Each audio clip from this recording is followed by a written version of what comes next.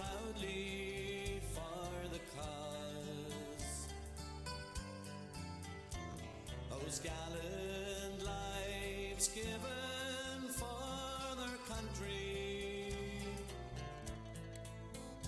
and to you now the story I will tell. Won't you sing them a song, sing a lullaby to heaven, let your comrades know you understand. Won't you sing them a song, sing a lullaby to heaven, that our lads and lassies will sing along. Remember Peter Cleary and Fergal Carahar, both were murdered by the forces of the Crown. We'll speak with pride of Jim Lockery and Sean Campbell. In South Armagh these gallant men did dwell. Won't you sing them a song, sing a lullaby to heaven, let your comrades know you understand. Won't you sing them a song, sing a lullaby to heaven, that our lads and lassies will sing along. In North Armagh, remember McIlvanna, Rossi, Burns, Toman and McCarr. And from Tyrone, McKerney, Cardy and Coney, McNally, Ryan, Tony Doris too. Won't you sing them a song, sing a lullaby to heaven, let your comrades know you understand. Won't you sing them a song, sing a lullaby to heaven, that our lads and lassies will sing along. Remember Bob Kelly and Jim Bryson,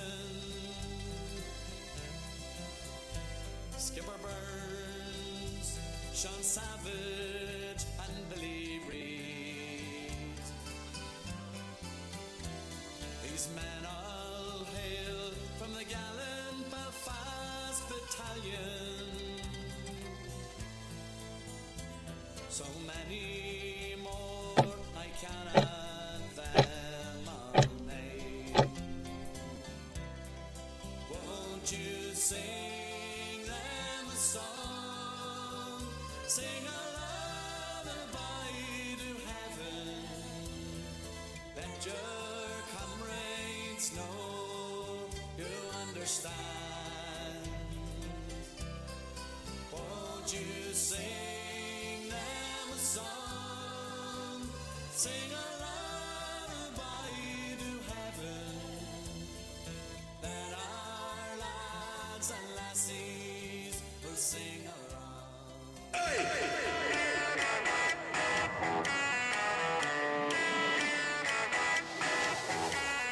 You're listening to the Rebel Rebel podcast with Rory Carson. Tasha Vigeshdak, listen fod cruelly Rebel Rebel, le Rory McCarson.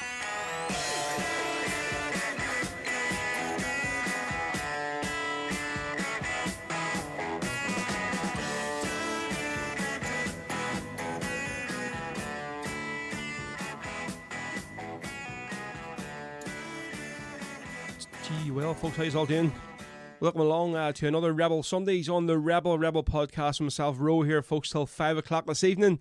And straight off the bat, joined today at about 2:30, folks. Really looking forward to this by the legendary, the one and only David Rovics. He's currently just started his European tour. I think he's in England at the minute, so he is. So David is going to be, hopefully, say fingers crossed, hopefully joining us by a live video link at 2:30. So I've done a few wee tests during the week with our rolling, and they all seemed to work grand. The video was fine and the sound was fine. So hopefully when we'll get David on the air today, it'll be all working. If not, then we'll have to just revert back to the old audio phone call. But it's going to be a great interview. He has a lot to say to us. So yeah, really looking forward to it. Right, folks, if you're watching on Facebook, please share the stream for me.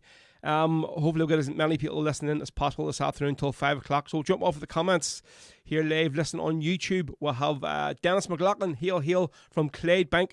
And I have strolling down the Falls Road. There's Spanners himself, Martin Heaney on YouTube. Afternoon all.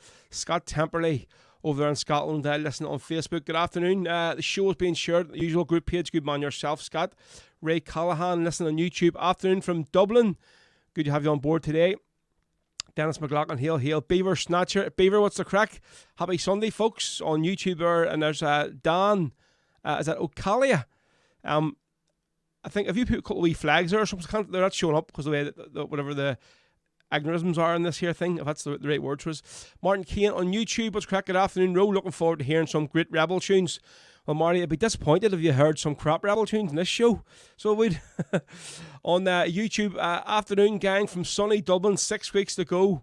Recording Clover in Belfast. Yes, folks, if you didn't see during the week, Clover updated their status, and I've knew this for a good while now, but I didn't want to say nothing until basically the lads announced it themselves. So events are going to be going to the big fans gathering on the 4th of December, folks. Clover, who is going to be the main act on the night, are going to be recording their next album live on the night, folks. Now, they're putting a lot of money into this. They're basically hiring in a big PA system for the night. They're hiring in basically somebody in, a technician to record the whole night. So basically, if you're going to be there, I want to hear as much noise as possible, really getting into the night, folks.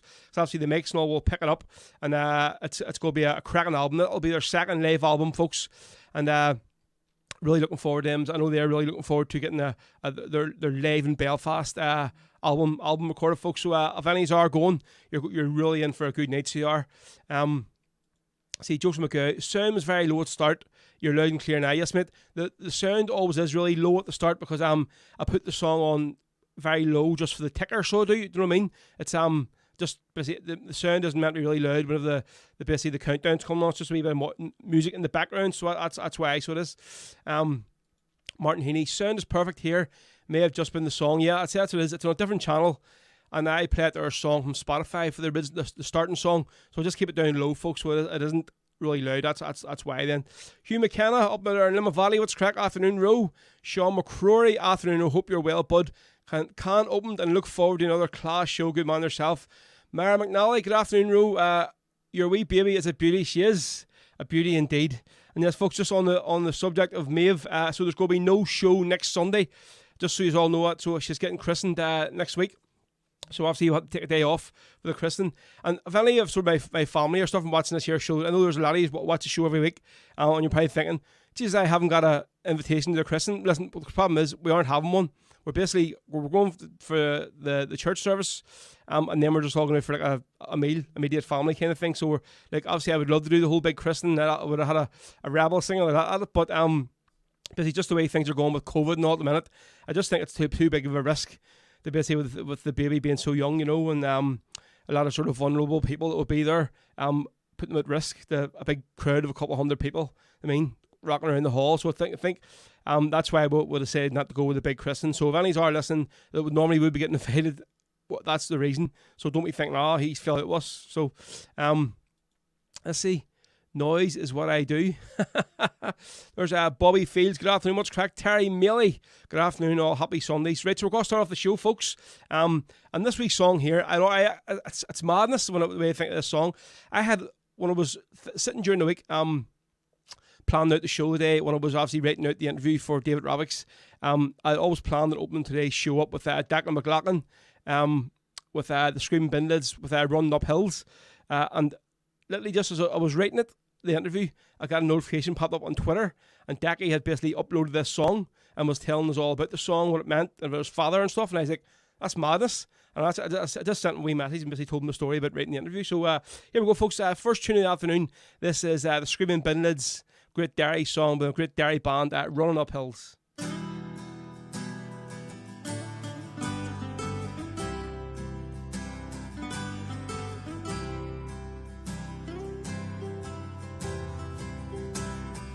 How many times must we do this to ourselves? Been on our knees a million times, asking for your help. Of all the answers that I don't understand, like I did not draw the firing line, but still know where to stand. Nobody told me, must have heard it on the news. People with nothing still had everything to lose. It's like running uphill. It's like running uphill. In the corner of a graveyard, a mother kneels to pray, in the memory of a son that slowly fades away. And in this part of the graveyard, the sun no longer shines. There's no fences or barbed wire, but still she's doing time, until she gets the answers to the questions that she asks. It's hard to build a future when you're haunted by the past. It's like running uphill. It's like running uphill. As the bodies hit the pavement,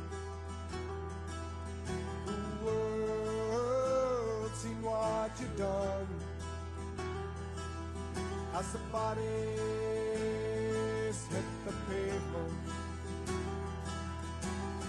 somebody singing that we will overcome. It's like running uphill.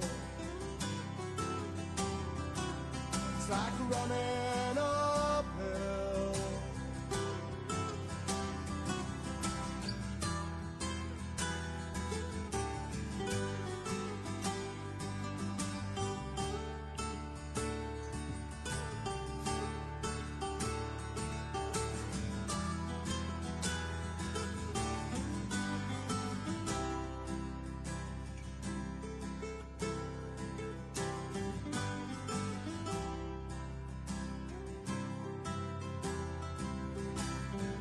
And everybody gathered here in Central Drive is marching in the shadows of the truth you try to hide. And every step that's taken is a breaking of your law, for your justice never added up to the murder that we saw. And time don't make no difference to the people that still care. In thousands we march the streets, still knowing that you're there. It's like running uphill.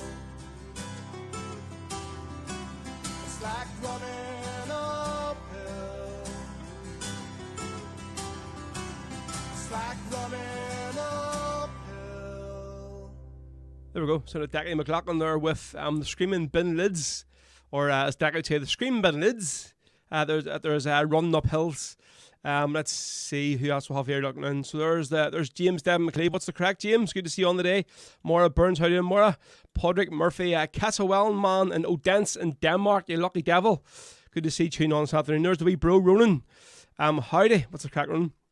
Hope you enjoyed the tour yesterday. That they're across McLean and South Armagh tour is absolutely fantastic. Went a few years ago with the band, and some sites like basically when they bring you up to the top of that big mountain, looking over an hour water, and basically explaining to you the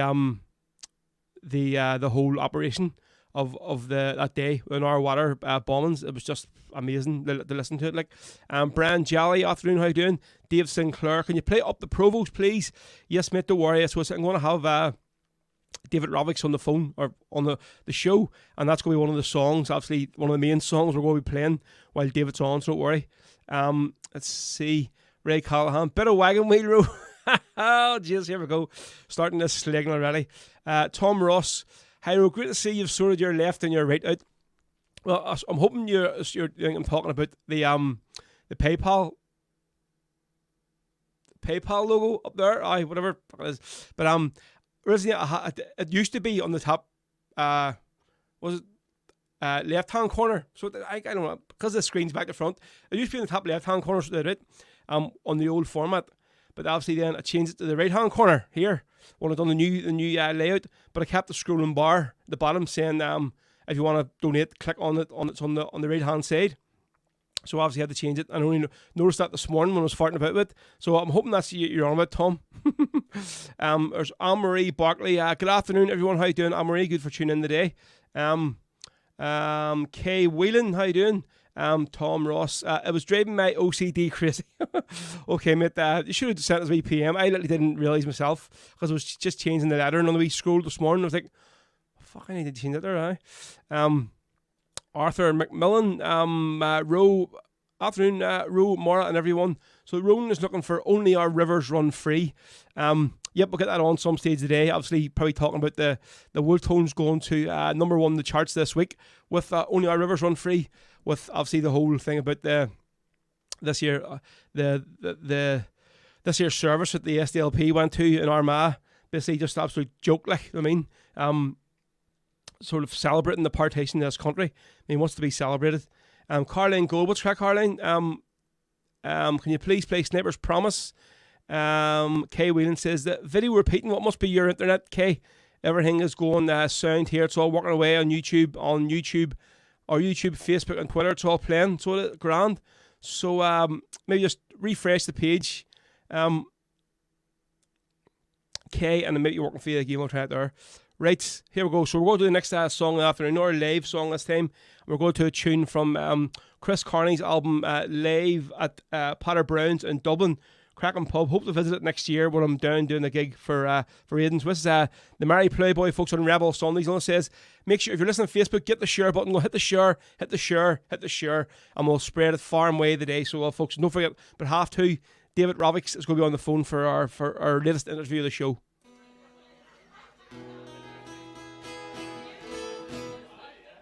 Everyone says we saw this thing called the Mary Playboy.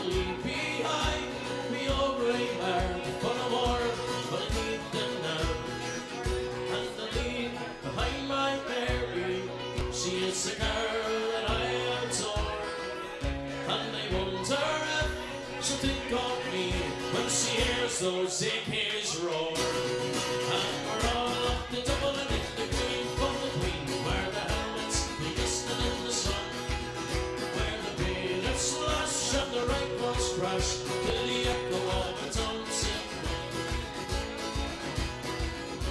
And when this war is over and dear old Ireland is free, I will take her to a chapel on the hill and a rebel so it should be. Well, some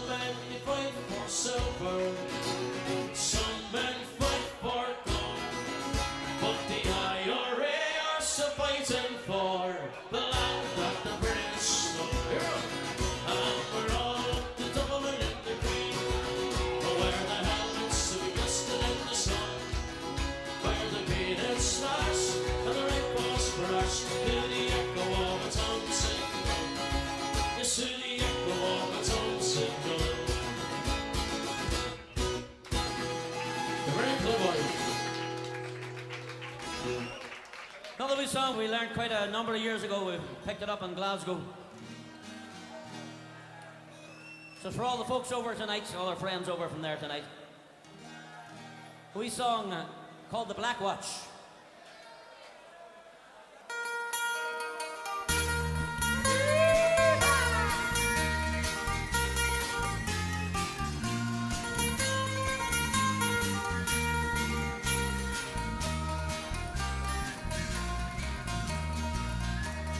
Heard about the beam and the criminal, you see. You've heard about the black and tans and bygone mystery. But there's another regiment that's ever called his own. They're known as the Black Watch, commissioned by the throne. And it's strolling down the falls over red guns and gas, terrorising women as they're coming out of mass. A Charlotte Scottish traitors we never will forget. Thank God we know the Irish sure aren't beaten yet.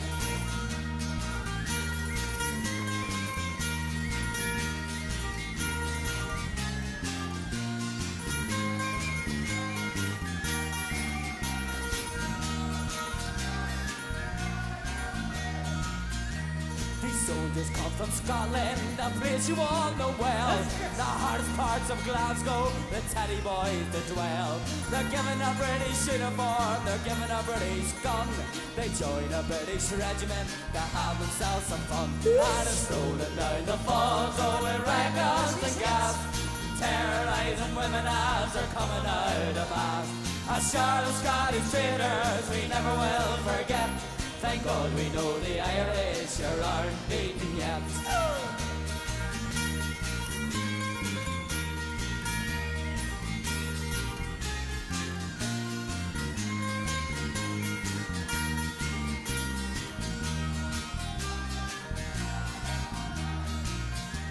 When I grow up and marry and have a little son, I tell him about the regiment and the terrible things they done.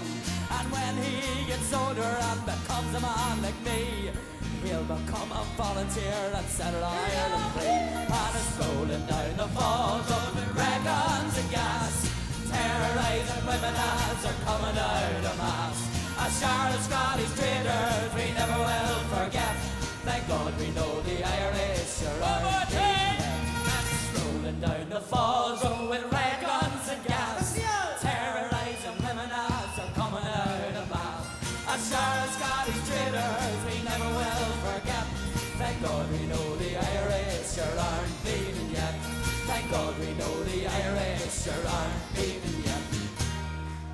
There we go. Fantastic air folk sound of the Irish Brigade live in Dublin with the Black Watch. So somebody asked for it there in the comments at the start of the show. So I hope you enjoyed that one. And just before it there, we had Chris Carney live in Dublin as well. A different bar at him in Potter Browns with the Merry Playboy. Right, let's see. Where are we? Let's see here. Terry Craney, what's the crack? Afternoon, everyone. Happy Rebel Sunday. Right, just jumping on this one here. Joseph McGuy says, would you play Ooh Ya Up the Ra for Nigel Farage? Right, folks, if anybody's had a scene during the week, I uploaded the video I'm going to play it in a wee minute. So obviously Nigel Farage is doing this thing. It's basically whatever you get on, say you want him to give you like a personal message, right? And he records a video and sends, so say it's somebody's birthday, happy birthday Joe, blah blah blah blah blah. So it costs you like £100, right? And he gets £89 of it. So I think the people who run the company get £11, right? And he gets the £89. So he does for doing this wee maybe 30-second, 1 minute video clips for us, right? So he's been caught out. Now, I personally think he knows what the crack is. And everybody's saying, oh, he's been caught out again, I think he'll do anything for money, this man. And so the first one was basically, I'm going to show you these videos now, right? Hopefully the sound of them does play. So the first one was basically when he had said the Up the Ra at the end. So if you listen to these, right, and then the third one was his latest one where he mentioned Sean South. I sort of add my own wee bit onto it. So we'll play the three of these now. So this is the first one he done for you. So how have we look at this? This message is for Brian Kelleher, Brexiteer, and I hope you have a great birthday. This comes from your good friend Aidan. Now, It's a bit early in the day, so all I've got actually is coffee. But I hope you enjoy a few pints with the lads tonight. Up the Ra. So there's the one that goes up the Ra. So this next one is the one that basically somebody has basically went up and tried to basically wish Jerry Adams a happy birthday, a belated birthday, and he ends up saying Chucky Arla. Let's have a listen to this one. Very happy 71st birthday, and they're looking forward to seeing you and some of the old team back at Chucky Arlaw's in Brighton. I've had the full story. You were the team leader there for many years, and they now want to wish you a belated, because we kind of missed it by a couple of days, but a belated 71st birthday, and they hope you're having a very happy retirement. As do I, Gerard. Enjoy. So this is the last one. This is what I uploaded during the week, right? So basically, I thought this was been the most creative one to date, and I actually think that he knew what he was saying here, but he's just said it anyway just to get the £89. So say he's done the original video, and then I've added my own wee bit onto it with a bit of music and at the end. So I couldn't believe the many shares this has had. So I'm just getting tortured. My phone hasn't stopped just going ding ding ding ding. People sharing it, people liking it, people commenting on it. So here we go. Good luck to all involved in the Omma Dawn fundraiser, hiking overnight at Omma Mountain in New South Wales until dawn on Friday. A lorry load of volunteers set off on Thursday, and the leader of the gallant band is Sean South. And this message comes from Gary Owen.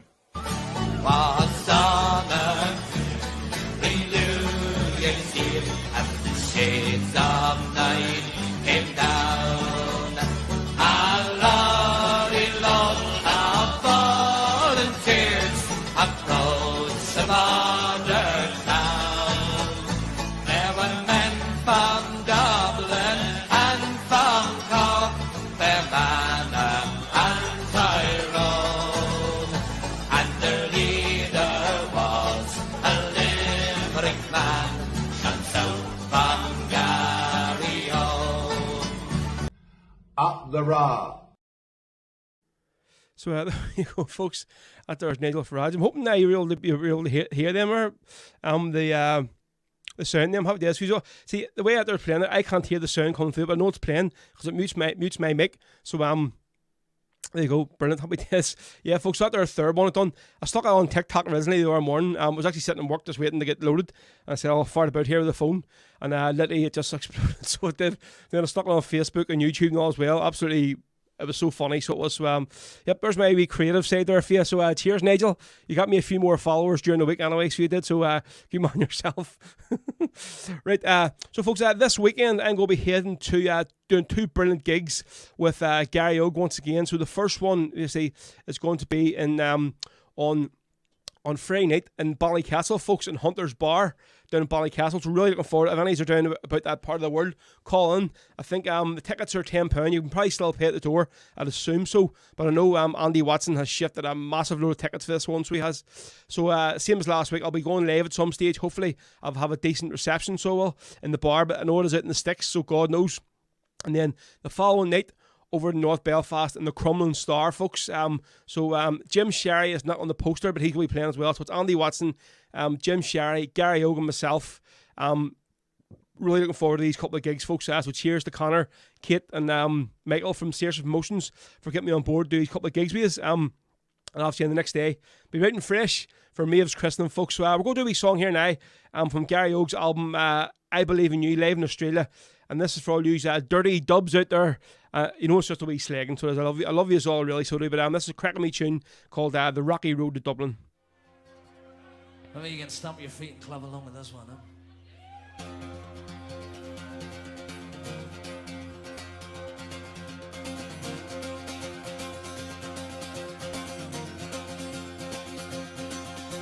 Well, in the merry month of June, from my home I started, left the girls at nearly broken hearted. So let that father dear kiss me darling mother, dry a pint of beer, me grievance here's this mother. Then up to reap the corn and leave where I was born. Gonna start like Thorn to Bonnie's close to Dublin. Now brand new pair of rocks running the box, breaking all the tongues on the rocky road to Dublin. 1, 2, 3, 4, 5 on the hair and turn her down the rocky road all the ways to Dublin. What will that eat?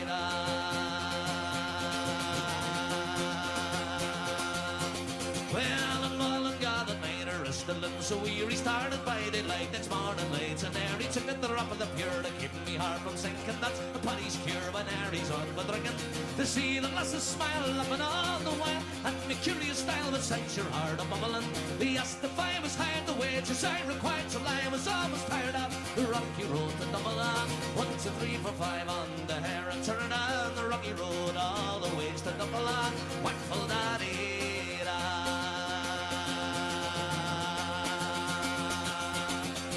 Well, in Dublin next to ride, they thought it such a pity to be seen the pride, the view of that fine city. Took a little stroll among the quality. Me bundle it was stolen, that neat locality. Then something crossed me mind, and I looked behind the bundle. I could find upon me stick a wobbling, inquiring farther up. He said me Connacht Bro wasn't much in vogue on the rocky road to Dublin. 1, 2, 3, 4, 5 on the hair and turn down the rocky road all the ways to Dublin. Wonderful da-dee-da.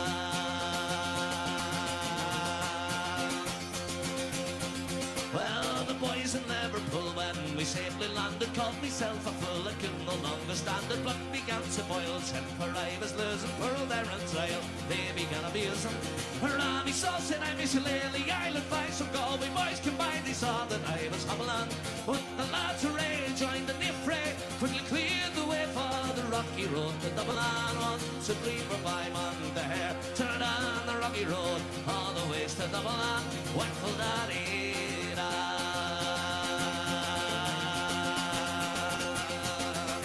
Well, in the merry month of June, from my home I started, left the girls at June, nearly broken hearted, so left the father dear, and kissed me dad and mother, drank a pint of beer, and gritted tears to smother. Then up to Rick the corner lever I was born, and I stepped like far to Bonnie's coast of Dublin. A brand new pair of brogues are all down the box, bringing all the dogs on the rocky road to Dublin. 1, 2, 3, 4, 5 on the hair, and turn down the rocky road all the ways to Dublin. What full da-dee-da.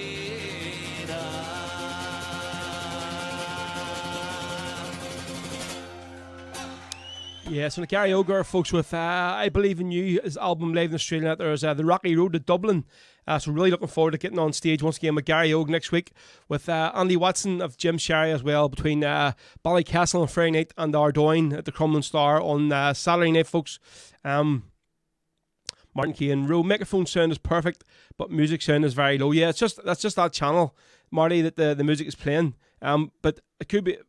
It seems to be you the only one maybe saying it's low, is it? I'll maybe turn up, but it's from Spotify I'm playing them songs from, and the channel is a wee bit lower, so it is. So I'll maybe try and turn it up if that's the issue, no problem, mate. So yes, folks, yeah, this is Rebel Sundays on the Rebel podcast. So have you seen earlier on? Let's see, I'll just get rid of these wee banners so you can pop up the we'll have 4 tickets to give away for you this afternoon. So for this here, we'll have 2 wristbands, folks, to give away for the big fans gathering. See, obviously on the night we're going to be letting a few in now. I mean, it is more or less the night, and effectively is sold out, but there's a few who can't show up. So basically we're going to do the people that can't show up to it, we're going to let maybe 20 or maybe 30 max in at the door on that night. So if you haven't got a ticket, folks, just show up early, but doors open at 7 o'clock. The first band, our Carta, is going to be on stage at 7:30. Then till 8 o'clock, followed by Stephen. Stephen's on late just after 8, followed by Damien Quinn. Then we're going to have the ballot and stuff throughout the night. Maybe a wee bit of a speech from myself, explain what the night is all about. Then our main act of the evening, Clover, are going to be on live on stage, recording their Live in Belfast album, folks. And then I'm going to be finishing off the night for the last half hour, so myself. So later on the show, we're going to have 2 wristbands, folks, to give away for you. And I say, when I ask the questions, only enter if you're going to be here, folks, for the gig. If you're in England or Scotland, you can't make it over, and you're going to try and get the wristbands. So only if you're going to be here on the 4th of December, please enter the competition. Right, so in the other competition we have, right, Mackie contacted me last week from our new flute band. So the Celtic Mania 2021, it's on over 2 nights, on the Saturday and Sunday. On the Saturday night, it takes place in the Devonish Complex in the big ballroom, featuring Shabeen, Bick McFarlane, Stephen, and our new flute band as well will be taking to the floor. So tickets are £10 for that there. So he's given me 2 tickets to give away this week, and then not next week, obviously the show will be on the week after. I'll give 2 tickets away then for that as well. So I have 4 tickets altogether. So later on today, we'll have 2 tickets to give away for Celtic Mania and 2 wristbands to give away for the big fans gathering in the PD. So yep, Really looking forward to it there, folks. We are. Right, let's see. Back to the comments here. Right, Ronan. Rory, I have it on the TV. Sound is 100%. Well, say it's just some of the songs will sound better than the others. That's the only thing, man. But sure. Right, Neil Costigan, how you doing? Greetings from Staten Island, New York. It's 8:30 a.m. here. That's dedication for you, Neil. Telling you, fair play to you, mate, for tuning in this time in the morning. Right, so obviously we talked about the Rivers song. Ronan asked me to play Rivers earlier on, and during the week, the reason why we played the whole Nigel Farage thing was the day he uploaded that their video, the Sean South one. Literally, the Wolf Tones reached number 1 in the charts with their song Only Other Rivers Run Free. I'm not going to play the Wolf Tones version because it probably will get cut off by Facebook, and it's a bit too early in the afternoon to be getting cut off by Facebook. So I'm going to do the Terry Crunch O'Neill version, which is equally amazing version. So for Ronan, this one is spicy for you, mate. So this is Terry Crunch O'Neill with Only Our Rivers Run Free on Rebel Sundays.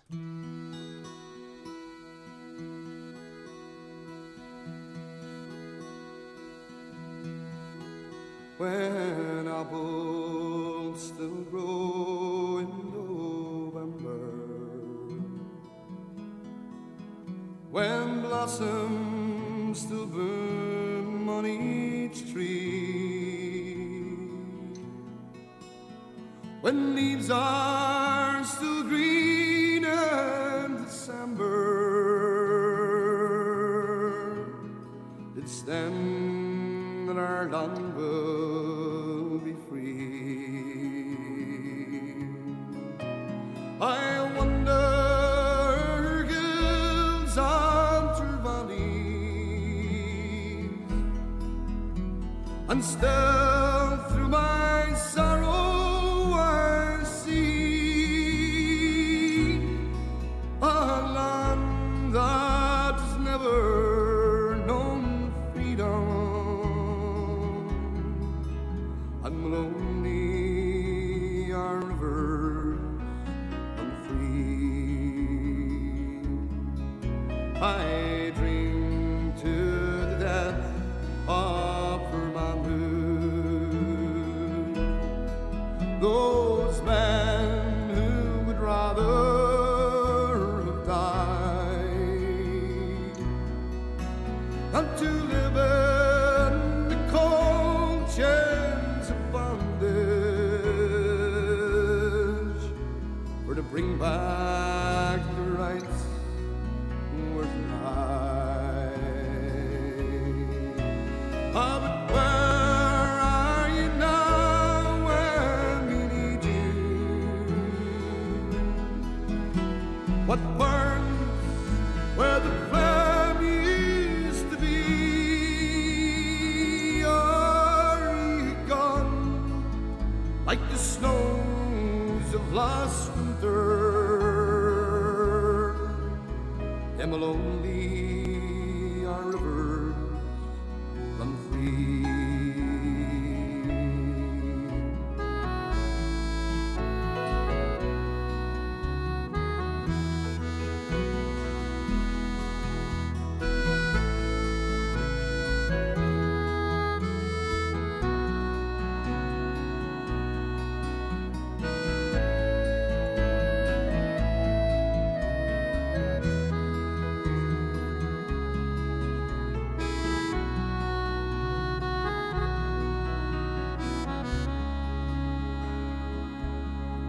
How sweet is life, but we're crying. How mellow the wine that we're dry. How fragrant the rose, but it's dying. How gentle the wind, but it sighs.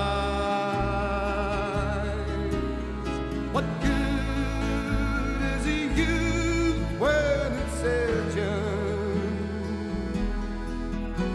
What joy are in eyes that can't see when there's sorrow and sunshine and flowers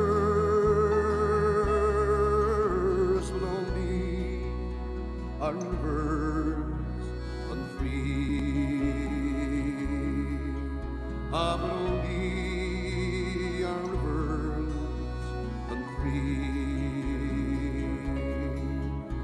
and only our rivers run free.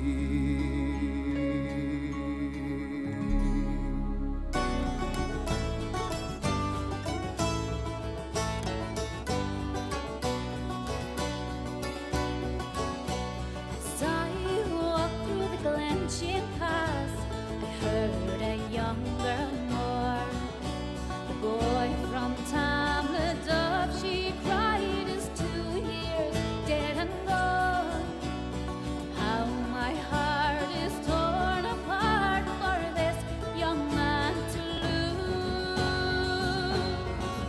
Oh, I'll never see the likes again of my young Francis Hughes. For many years his exploits were a thorn in England's side. The hills and glens became his home, it's there he used to hide. Once when they surrounded him, he quietly slipped away. And like a fox he went to ground and kept the dogs at bay. Moving round the countryside, he often made the news, but they could never lay their hands on my brave Francis Hughes. Finally, they wounded him and captured him at last. And from that countryside he loved, they took him to Belfast.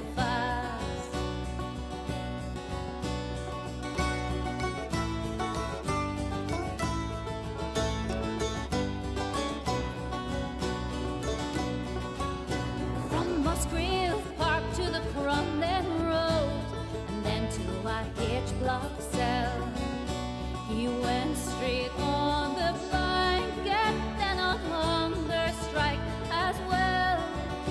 His will to win they could never break, no matter what they tried. He fought them every day he lived, he fought them as he died. As I walked through the Glensheen Pass, I heard a young girl mourn. The boy from Tamladub, she cried, is 2 years dead and gone. How my heart is torn apart for this young man to lose. Oh, I'll never see the likes again of my young Francis Hughes. Oh, I'll never see the likes again of my young Francis Hughes. There we go. Some of the brilliant Emer McLaughlin, who's going to be heading to Waterford tonight for her first big gig up there, so or down there, should I say. So fair play to Emer. Good luck with your big gig this evening in County Waterford. All rooting there for you. And just before there, I had Terry Cruncher O'Neill with Only Our Rivers Run Free, especially for the wee brother Ronan as well. A lot of people loving the first couple of tunes this afternoon, folks. Cheers. There's Son of Our 1916. All right, boys, hope you're all well.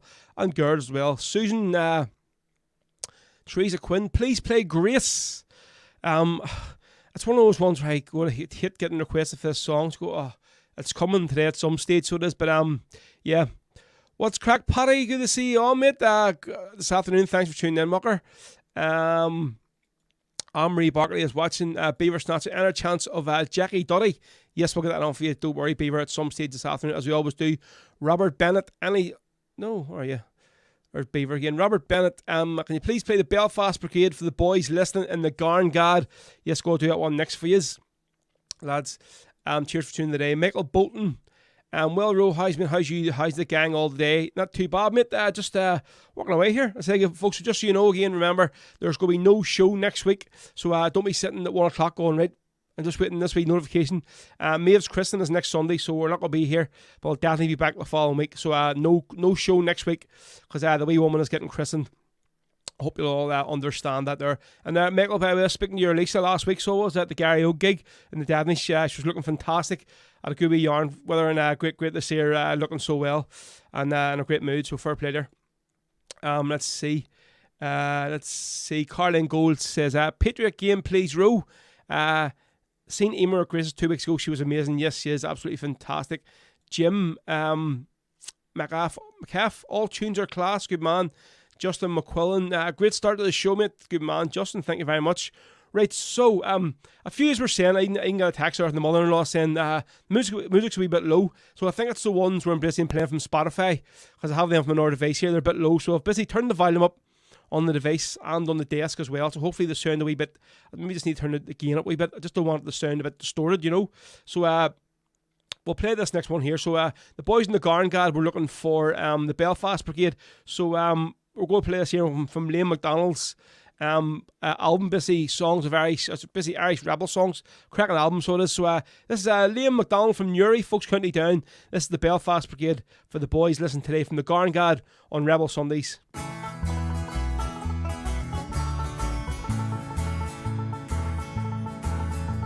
Craig Alvin sent the specials out to shoot the people down. He thought the IRA was dead in dear old Belfast town. But he got a rude awakening when with rifles and grenades he met the 3rd Battalion of the Belfast Brigade. Glory, glory to old Ireland. Glory, glory to this Ireland. Glory to the memory of the men who fought and died. No surrender is the war cry of the Belfast Brigade. These soldiers come from Hollywood equipped with English guns, men by the thousand, ammunition by the ton. But when they got to Belfast they were seriously dismayed by the fighting 3rd Battalion of the Belfast Brigade. Glory, glory to old Ireland. Glory, glory to this Ireland. Glory to the memory of the men who fought and died. No surrender is the war cry of the Belfast Brigade. We have no ammunition or armoured cars to show. We're ready to defend ourselves no matter where we go. We're out for our republic, the hell with your free state. No surrender is the war cry of the Belfast Brigade. Glory, glory to old Ireland. Glory, glory to this Ireland. Glory to the memory of the men who fought and died. No surrender is the war cry of the Belfast Brigade. Come all you gallant Irishmen and join the IRA. We'd strike a blow for freedom when there comes a certain day. You know our country's history and the sacrifice it made. Come join the 3rd Battalion of the Belfast Brigade. Glory, glory to old Ireland. Glory, glory to this Ireland. Glory to the memory of the men who fought and died. No surrender is the war cry of the Belfast Brigade. Glory, glory to old Ireland. Glory, glory to this Ireland. Glory to the memory of the men who fought and died. No surrender is the war cry of the Belfast Brigade. No surrender is the war cry of the Belfast Brigade. Yep, so Liam McDonald there, folks, from Newry, County Down, from his album, cracking new album there, so it is recorded up in Stick Stockery Studio in Strabane there. That is the Belfast Brigade. So that's all the boys listening today in the Garngad over in Scotland. Cheers for tuning in, boys. Much appreciated. So Arthur McMullen, Solis Farage, what's that there? Jim McCaff, Hail. Marky T, Chucky Arla boys. There, Paddy says, up there, I love their Susan Teresa Quinn, 2nd Battalion all the way. Right, folks, let's see, Maura Burns, great song. Say, folks, if you have any requests, you can see the we scrolled in the bottom down here. Just drop your song requests in the comments on YouTube, Facebook, or Twitter, and I'll see them on my right hand side here. They will all pop up, so they will. Conor McLaughlin is looking for something said so strong. Richard O'Callaghan, A-Bat all the way, come on. but F come all the way. Yep, there we go. Right, so yes, folks. If you have any requests, any songs you want, just put them in, and I will try and get them through at some stage today. If I do forget, just remind me again. Susan must really want that Grace because she keeps putting it in here. So we'll maybe get a wee version of Grace that we haven't really played in the show and get that one on. So we will. And then don't forget, folks, about 2:30. We're going to have David Rovics live on the phone. Well, maybe not live on the phone, live on video for the very first time. I say, hopefully this will be the first time we're doing it and the first of many, providing all our sort of sound checks and video checks work during the week. So, Marky I says that when David comes on, could you ask him to do They're Built in the Wall? Well, listen, he's not going to be singing any songs, so I've picked 3 songs that I'm going to be playing, right? But that's not going to be one of them. So I'll maybe get that on the show, the next one, okay? Or maybe play it later on the night before we finish today, mate. But basically, David's just going to be coming on doing a verbal interview. He's not going to be singing. And I've picked 3 songs I'm going to be playing, basically, from his albums. So, right, Jim McCaff, Crunch O'Neill, anything? We've already played Crunch there for you, Only Our Rivers Run Free, about 10-15 minutes ago. Right, so what do we have lined up here next, folks? Just check what we have put in here. Yep, so I think it was Beaver. Somebody had asked for a bit of old school. Let's see, where are you? To play Kathleen Loggies. Yeah, so Joseph McGow up in Derry, so he says, gives a wee blast in the past, looking for a Patriot Game by Kathleen Loggie. I said, I'll do this one as well for the in-laws. Maria and Liam who are listening today, they do like a wee bit of Kathleen Loggie as well, who listen to the show. So here we go. This is Kathleen Loggie in the flying column with the Patriot Game, folks, on Rebel Sundays.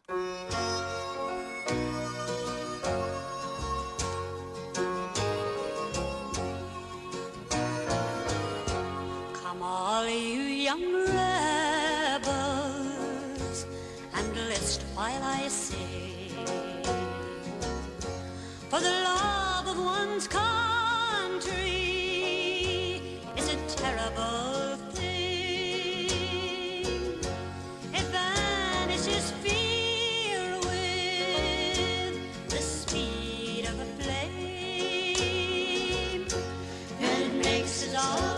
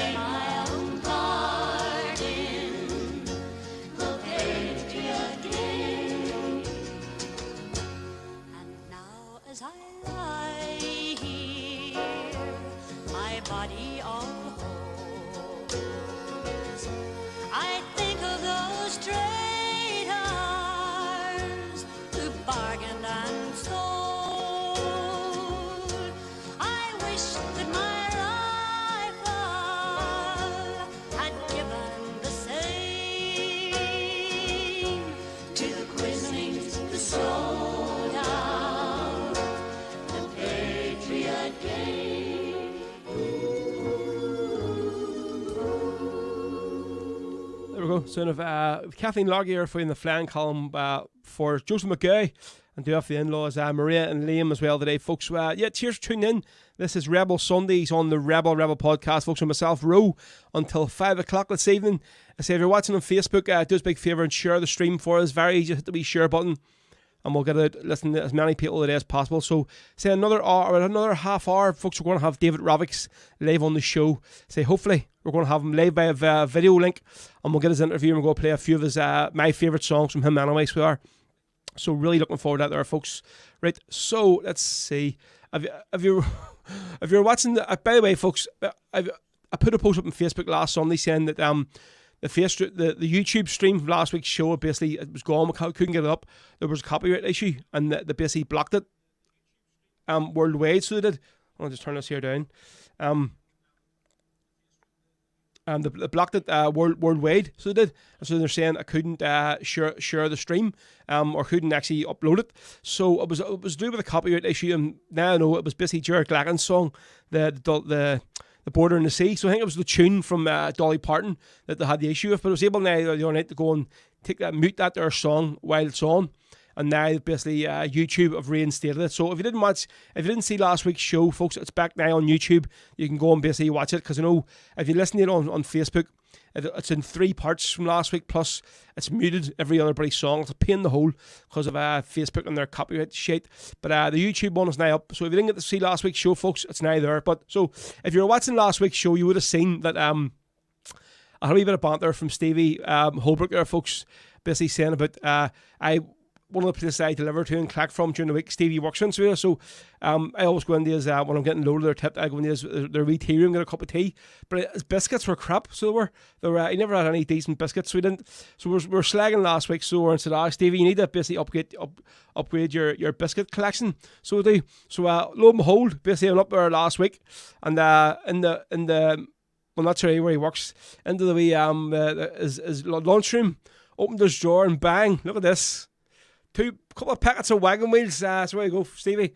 Keep them on yourself. A bit of cracker, and he says, so we're well stocked up on them, so that'll do me now for the next couple of weeks, and I'll come up for a wee cup of tea. So, Stevie, good man yourself. Cheers. So we'll do this one here. We're going to go play a couple of wee versions of it. So, and it's not the Nathan Carter version. We're going to do the Fianna version they recorded live. So this is for Stevie Holbrook, who's an absolute legend, for getting me some decent biscuits from a cup of tea. This is Fianna with Wagon Wheel.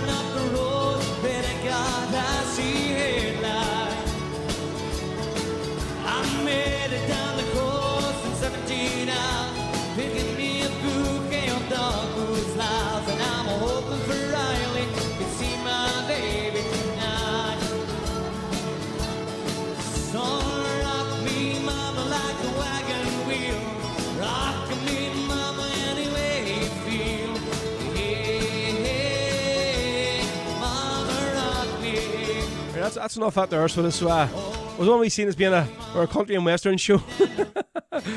So I've got there's Fianna with live with their version of Wagon Wheel for Stevie Holbrook. So yeah, again, cheers Stevie for hooking us up with the wagon wheels up and work. Good man yourself. Craigie, you go. A bit of old school Fianna with Sean Carr singing. So it was one of the few gigs they actually turned up to do.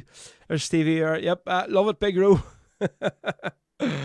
Happy days. Right, so we'll do this one here up next from my ma. I think she's actually off work today, so she's listening downstairs. So mother, if you are listening, a wee cup of tea will go down quite well very soon. So we'll do this one. This is Bick McFarlane, folks, with Song from Marcella on Rebel Sundays. Here we go.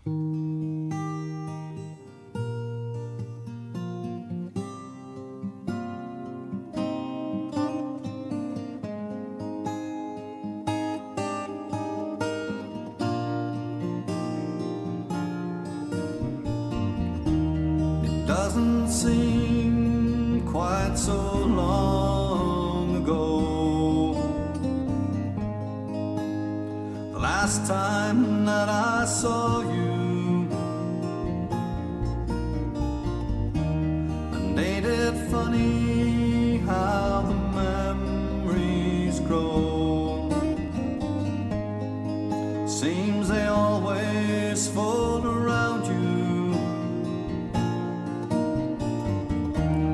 Tried to break you in a living hell, but they couldn't find a way, so they killed you in an H-block cell and hoped that all would turn away. Thought your spirit couldn't rise again, but you dared to prove them wrong. And in death you tore away the chains to let the world hear freedom's song. Yet the heartache and pain linger on. They're still here, though it's so long since you've gone. But we're stronger now. You showed us how. Freedom's fights can be won.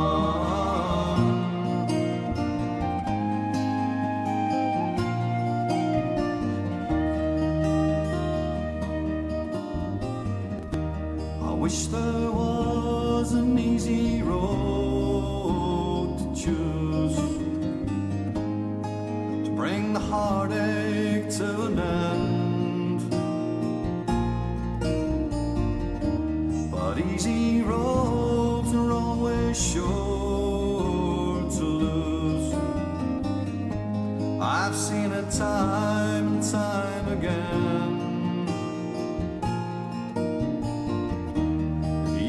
Stand by me like yesterday,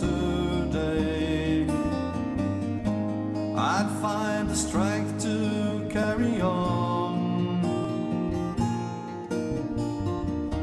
So let your spirit shine along the way, and our day will surely come. Yet the heartache and pain linger on. They're still here, though it's so long since you've gone. But we're stronger now. You showed us how. Freedom's fight can be won.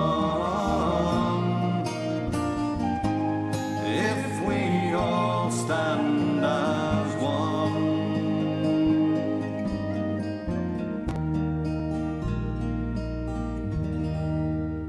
There you go. That is Brenton Beck McFarland with a song from Marcella, down from my man Ma, who yes, and I would like a wagon wheel with my cup of tea, so it let's see. So Anne Gillen is looking for Caledonia. Jim McCaff, stop taking the biscuit, lads. Oh, I see. Jim's just waiting for somebody to come up with a smart one like there, so we are. Let's see. Paddy says, will you please play Come to the Boar? Yes, mate. For you. Anything, I'll get that on for you. Don't worry. Michael Bolton. Hello, Celine. How you doing? Let's see. So I think Marley Kane was looking for Bella Ciao. Yep, we'll get a bit of the Wake song, mate, very soon. Let's see. Where is it? Martin Kane. Yeah. Any chance playing Bella Ciao? Yes, mate. I'll get that on at some stage this afternoon. Don't worry about it. Right, so moving on with the tunes, we're going to fly on through these because say we're going to be taking up maybe a good 40 minutes today with the interview coming up at about 2:30. So we'll go to this next one. And Paddy had asked for this one. Where is he? Again, he was looking for Come to the Boar. So we'll go to this one here. Hopefully this doesn't get us cut off of Facebook. This is Derek Warfield with the Wolf Tones.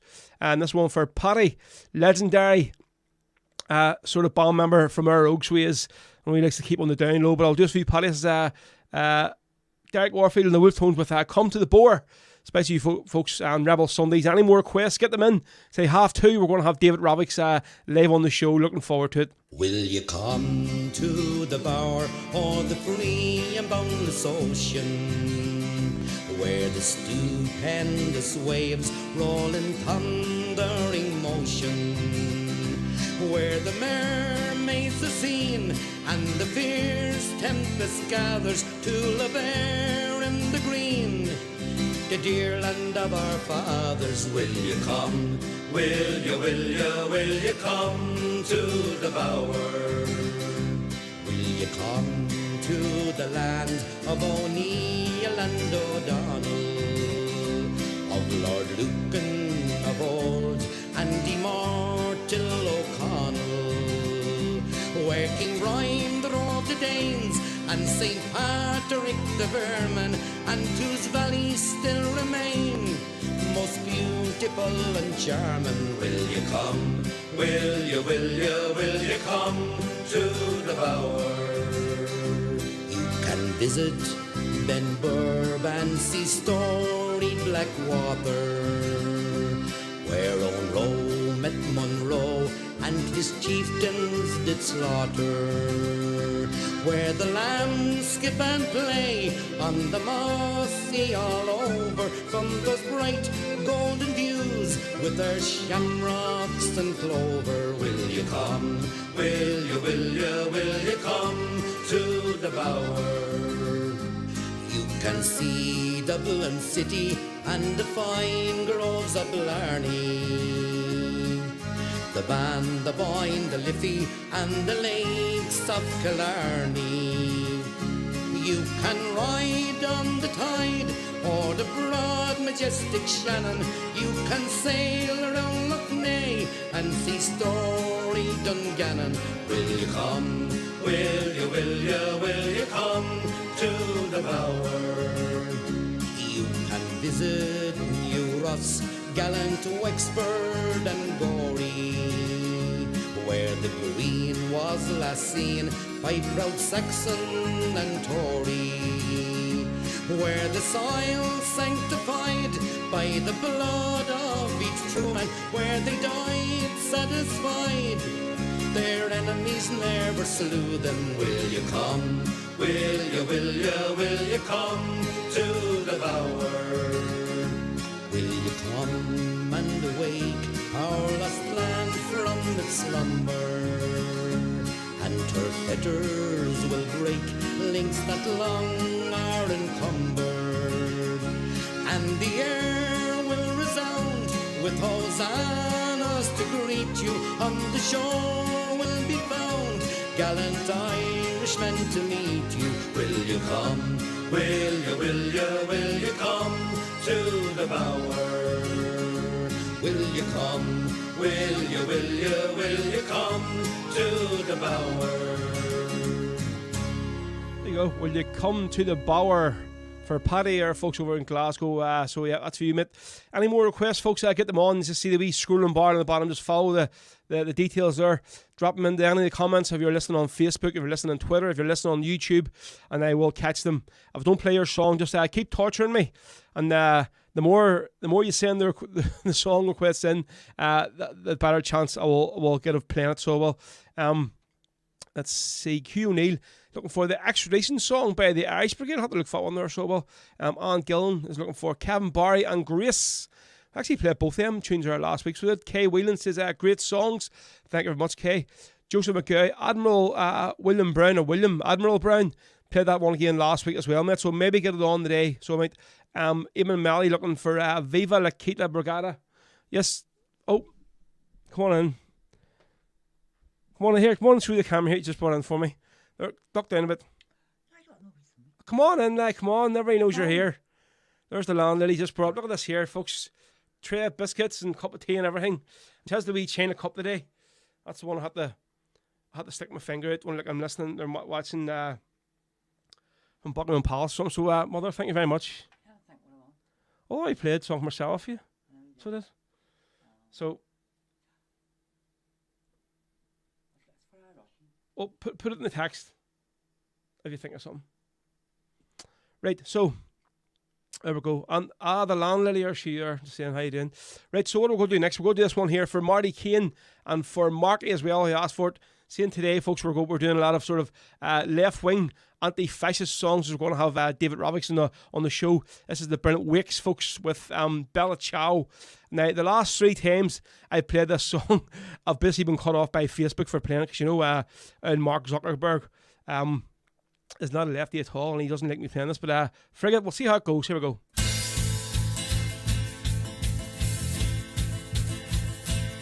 Una mattina mi sono svegliato, oh bella ciao, bella ciao, bella ciao, ciao, ciao. Una mattina mi sono svegliato e ho trovato l'invasor, un partigiano, portami via, oh bella ciao, bella ciao, bella ciao, ciao, ciao. Un partigiano, portami via, che mi sento di morire, e se io muoio da partigiano, oh bella ciao, bella ciao, bella ciao, ciao, ciao. Se io muoio da partigiano, tu mi devi seppellire, e se io muoio da partigiano, tu mi devi seppellire.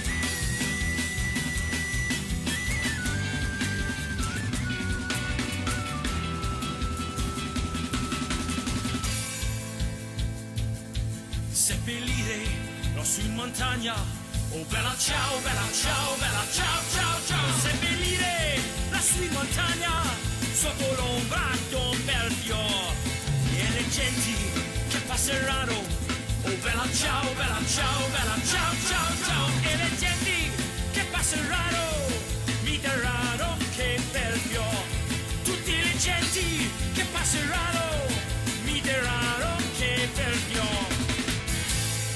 Questo è il fiore del partigiano. Oh bella ciao, bella ciao, bella ciao, ciao, ciao. Questo è il fiore del partigiano, morto per la libertà.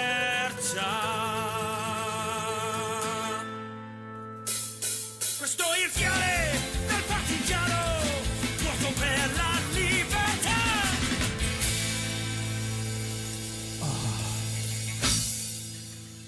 Three words, folks. What a tune. Seriously, what a song.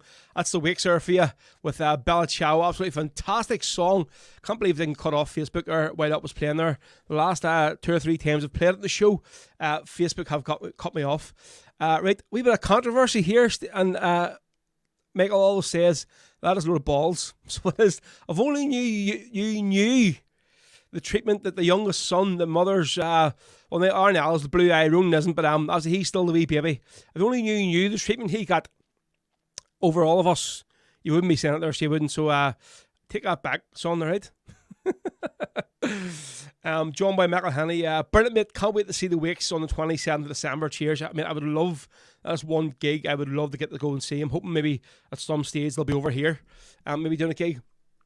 Yeah, fantastic. So it is. It was the wake survey. So what we're going to do here is we'll play one more song, and then hopefully we'll do the first of David Rovics' tunes, and then we're going to get him on the show. So we're going to do this one for Eamon Melly, great friend of the show. Eamon, I say Eamon again, legend, mate. Thank you very much. This one's for him. He's looking for Christy Moore, Viva La Quinta Brigada. And as you know now, whenever I play this song, I love to do this version here. This is the one he recorded live in the Glasgow. Oh, see, remove. See, we just got cut off Facebook. Alright, see, maybe they're a wee bit far behind, so we'll just jump this back straight in to Facebook now, and then we'll share the stream with everybody again. See the numbers just dropped down there, so we're back on Facebook again now. So alright, and so I'm glad we didn't cut off in the middle of David's interview. So we'll get the stream shared once again while this next song's playing. So this is Christy Moore live at the Glasgow Barland. So it is especially for Eamon Melly, who was looking for this one. This is Viva La Quinta Brigada. Here we go.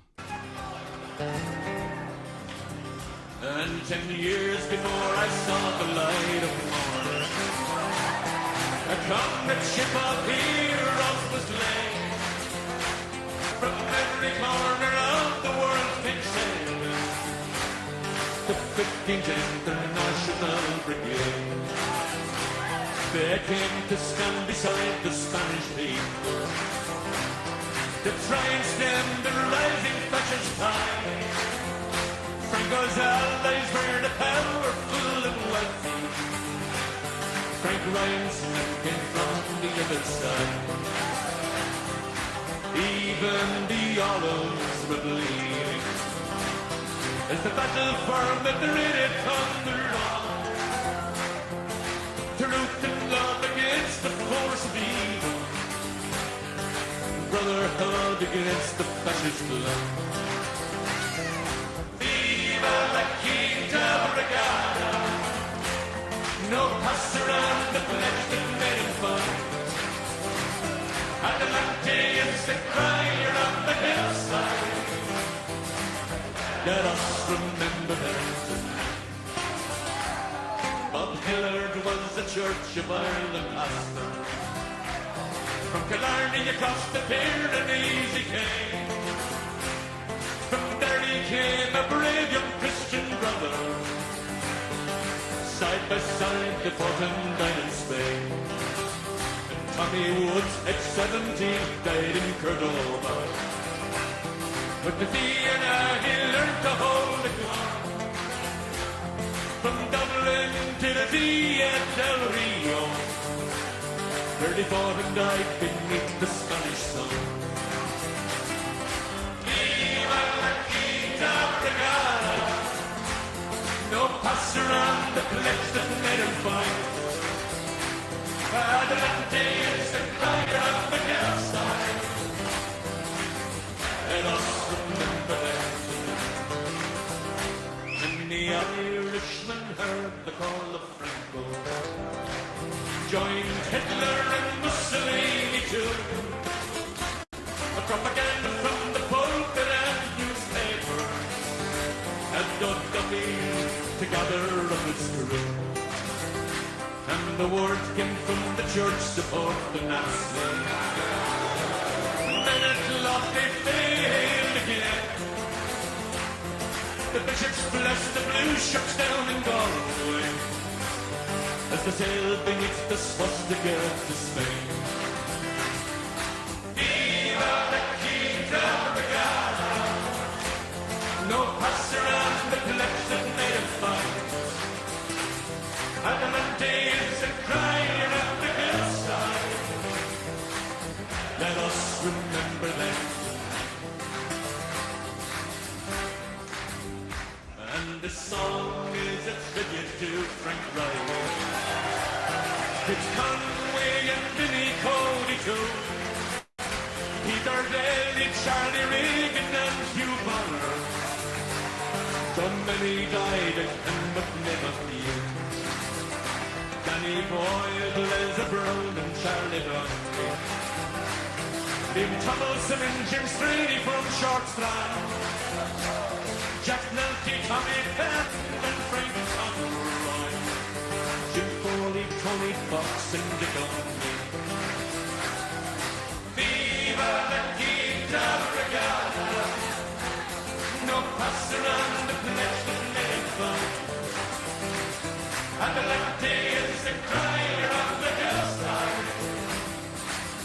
Let us remember them tonight. Viva la Quinta de Regal. Let us remember them tonight. Viva la Quinta de Regal. Let us remember them tonight.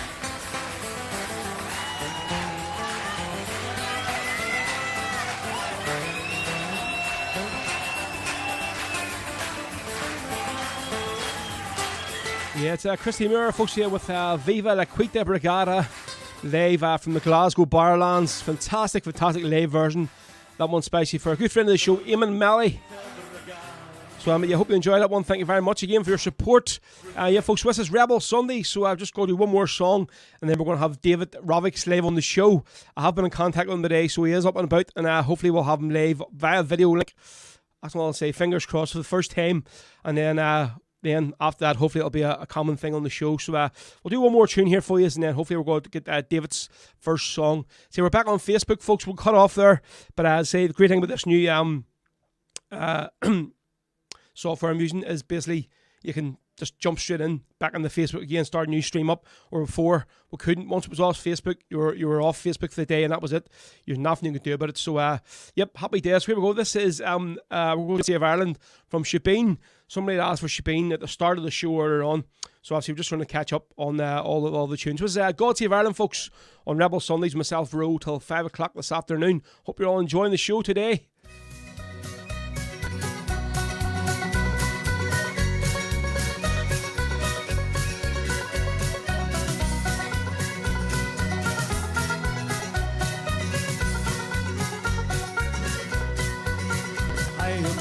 Gallantries won the noble heart of queen. I watched the tyrants stricken in their doom, but they met them face to face with the courage of the race, and they went with soul and thought it to the doom.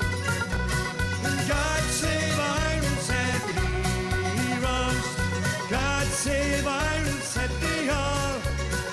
Whether on the scaffold high or the battlefield we die, oh, what manner when for Ireland here we fall.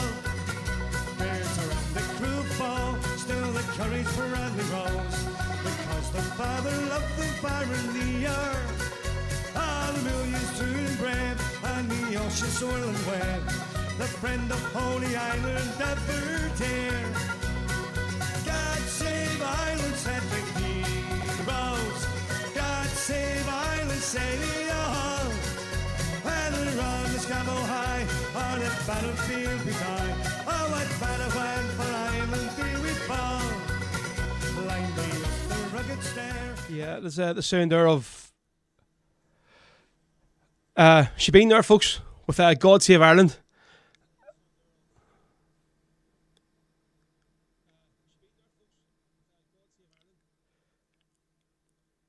Right, so I'm obviously getting a wee bit of feedback here, so we'll try and work through it. So we'll. So yeah, I think it's because the show is going to live, right? So what we'll do is we're going to play the first song from.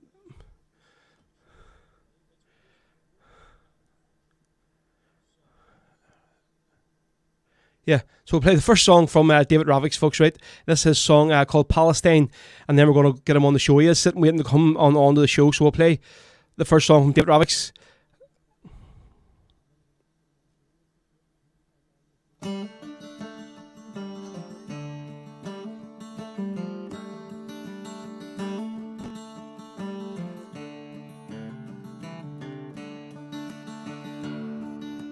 Daddy was an heir from Beersheba, a situation so unkind. My mama was a refugee from Ramallah, had to leave her land behind.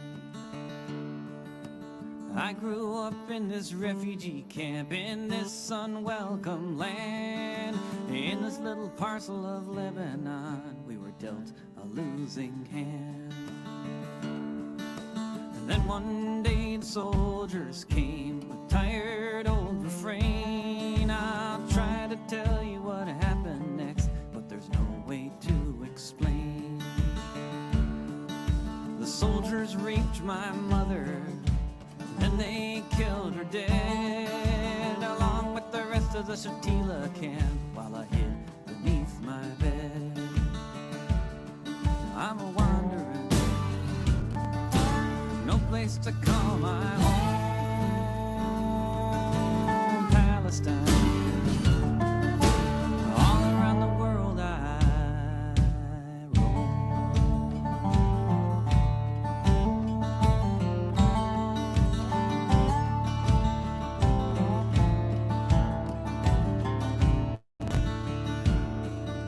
My aunt came over from Jordan, brought me there to live, and together we've moved to half the world of peace, what I would give. Beirut, Greece, and New York town, I've watched the world churn, but my home is Palestine. Someday I will return, but I'm a wandering, no place to call my home. Palestine, all around the world I roam.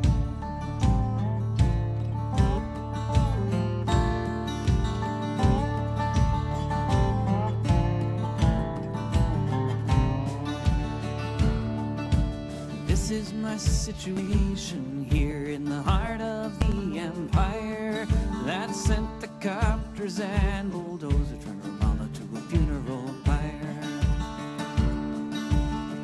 You've heard my story, time will not allow. Soon my visa will expire.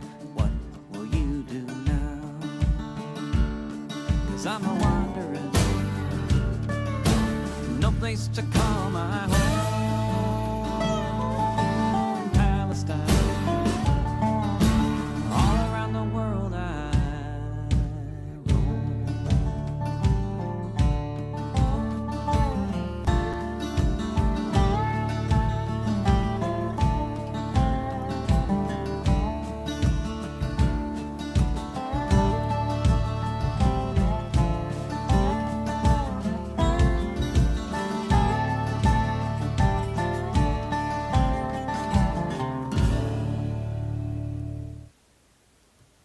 So, folks, so we're good. There's Palestine there for you with David Rovics. Hold on, I'll just take this thing off here now for us. We've got the, so we can see David on the screen a minute, or with the background. There we go, to us now. So, David, can you hear me okay? Yeah, Rory. Can you hear me? Days. Yes, Smith. Yeah, great. Now, I know what the problem was, where I was saying there was a delay. Basically, I had the show playing on the Facebook stream in the background, and I hadn't realised. So there you go. See, you're a lot more used to this here than this here stream thing, but I only using it now a few weeks. So I'm still getting used to it. I've been doing it for a couple of years now, and I sucked at it at first, but it's been a big learning curve, and now I'm pretty good at it.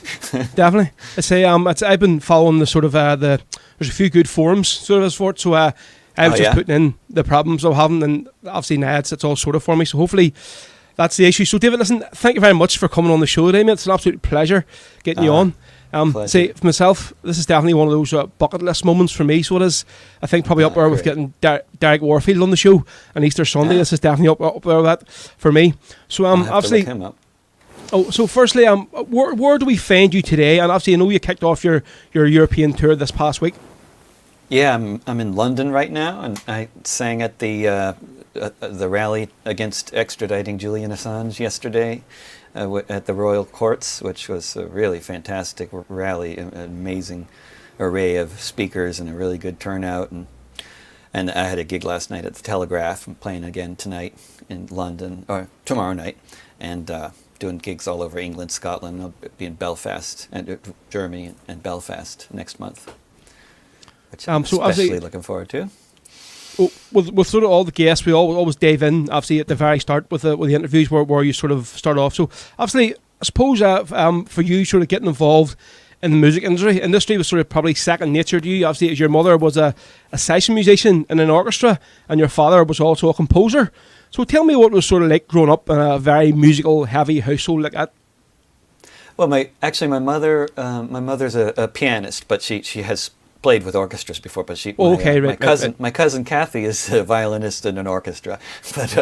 But yeah, and my dad is a composer. Yeah, so it was just it was.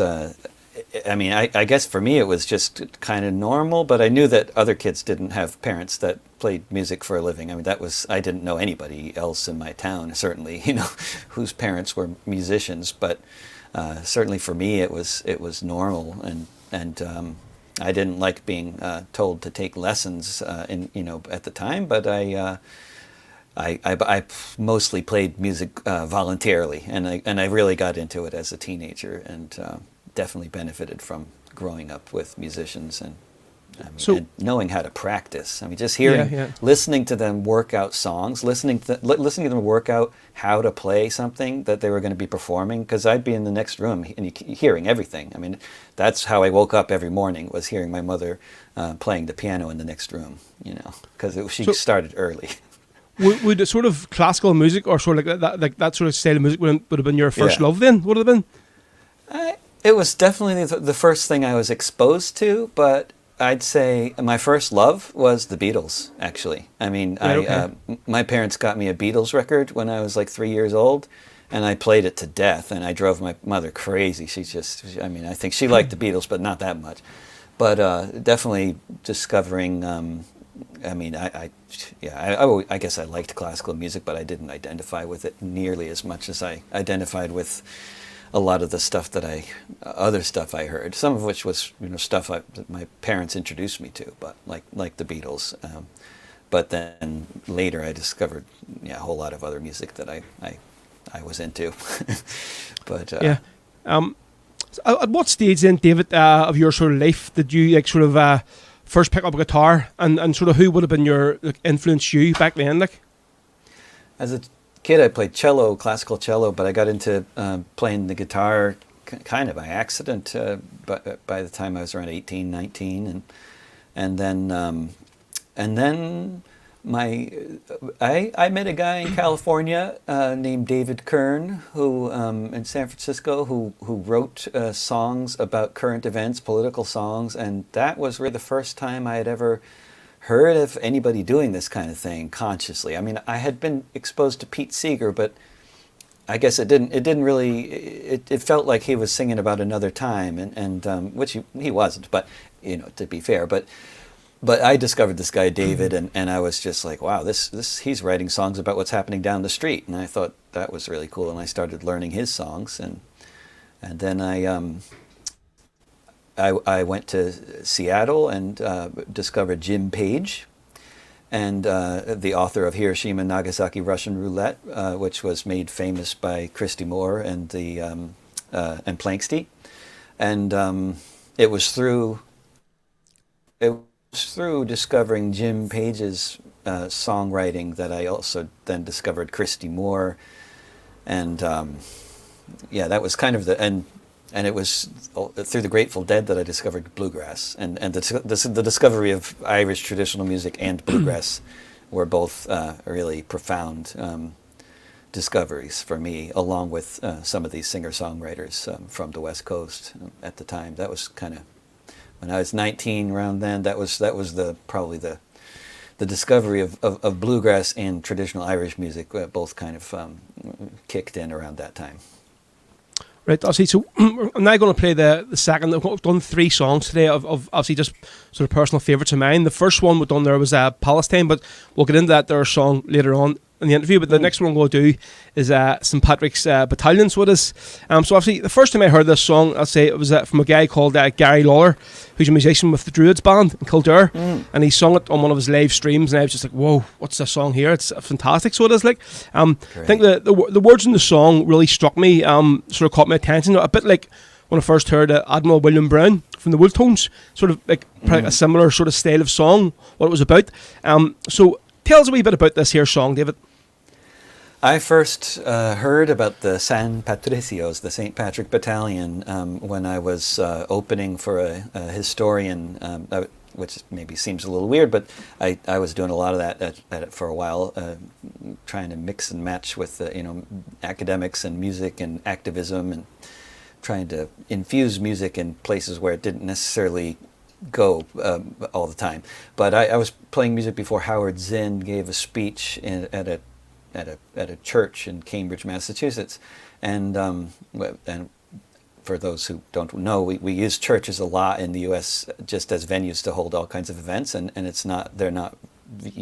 they're used more for that, at least, or as much for that as they are for religious events. You know, it's just community centers are rare, but churches are often common and easy to for very cheap. So that's so a lot of stuff goes on in churches in the U.S., which Europeans sometimes think is kind of weird. But anyway, Howard Zinn was speaking at this church, and he mentioned the St. Patrick Battalion, and I had never heard of them, but I had long been friends with a guy named Bob Steck, who was a veteran of the Abraham Lincoln Brigade of the Spanish Civil War. And I was very well aware of the Spanish Civil War and had read a lot about it, but I knew nothing about this battalion from Ireland that fought for the Mexicans, and then I started reading up on it at that point and wrote the song probably a couple months after hearing Zinn talking about it. It's an amazing story of international solidarity that is really just not very well known. I mean, probably most people aren't aware of the international brigades in the Spanish Civil War either, to be fair, but far fewer people are aware of the St. Patrick Battalion, and basically in a nutshell, it was Irish soldiers and a few others, including Poles, Welsh, English, Americans. There was a handful of others, but it was a vast majority Irish soldiers who deserted from the U.S. Army as they went further into Mexico during the invasion of Mexico in 1846. And they realized that they were participating in an invasion of a poor country by a wealthier country, and it just looked all too familiar and looked like colonialism, and they didn't want to participate in it, and they deserted from the U.S. Army and joined the Mexican Army, and they were widely praised by the military generals, like Santa Anna at the time, the Mexican general, as some of the bravest fighters in all of the Mexican Army.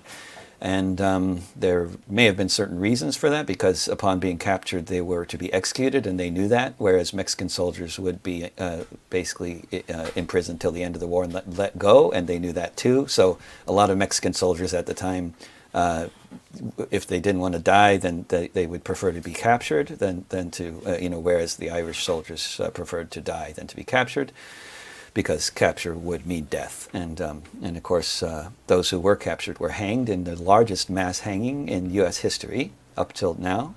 58 people were hanged, and 15 of them were pardoned, partly because of the intervention of the Pope. And one of those who was pardoned was John Riley, I believe. Was he one of those pardoned? And now all I remember about this, the most of my knowledge of the history is in the song, so the actual details. Yeah. But in Mexico City, if anybody goes to Mexico City at some point, which for anybody who has not been to Mexico City, if you stay within the area that's on the metro, it's really it's a safe city, and it's a wonderful, amazing, medieval, beautiful city, an amazing place to visit. I highly recommend it if anybody has a chance.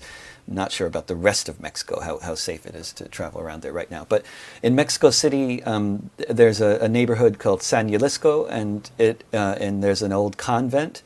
And in the convent, the surviving members of the St. Patrick Battalion who basically escaped with other soldiers in the Mexican Army after being defeated in the Battle of Churubusco, in the fifth battle that they engaged the U.S. Army with in the course of the Mexican-American War. After the Battle of Churubusco, the surviving members of the St. Patrick Battalion who escaped from being hanged went to Mexico City, and they lived in this convent until they moved into other places and stuff. And many of them married Mexican women and had children, and there's a plaque to their memory there on the convent today. And the St. Patrick Battalion is still very, very well known and loved in Mexico. And if Mexicans know anything about Ireland, they know about the St. Patrick Battalion. Yep. and they know about their former president who got asylum in Ireland instead of going to prison. This here version here, I think it's actually it's a live version I found on Spotify. It's basically at the start you're getting the crowd, you all sing like treason. So what was that from a live album you recorded, or? Yeah, that was from a live album I recorded actually at the end of September in 2001 in a little cafe called Cafe Lena, upstate New York. It was a crowd. Okay. The crowd was people who were coming to my friend's wedding the next day. Right. So. Okay. There you go. So pretty intimate venue, then, I'd say, like so. But yeah, it was like 50 people. Yeah, right. So listen, folks, we're going to do this the next song from David, and this is the brilliant St. Patrick Battalion. So we'll play the song, and then we'll get David back for the second part of the interview after the song finishes. Give me a T.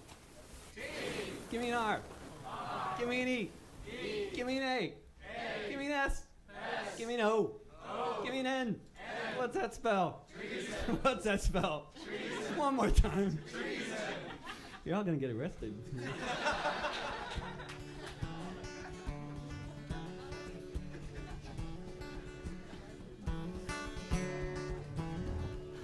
My name is John Riley.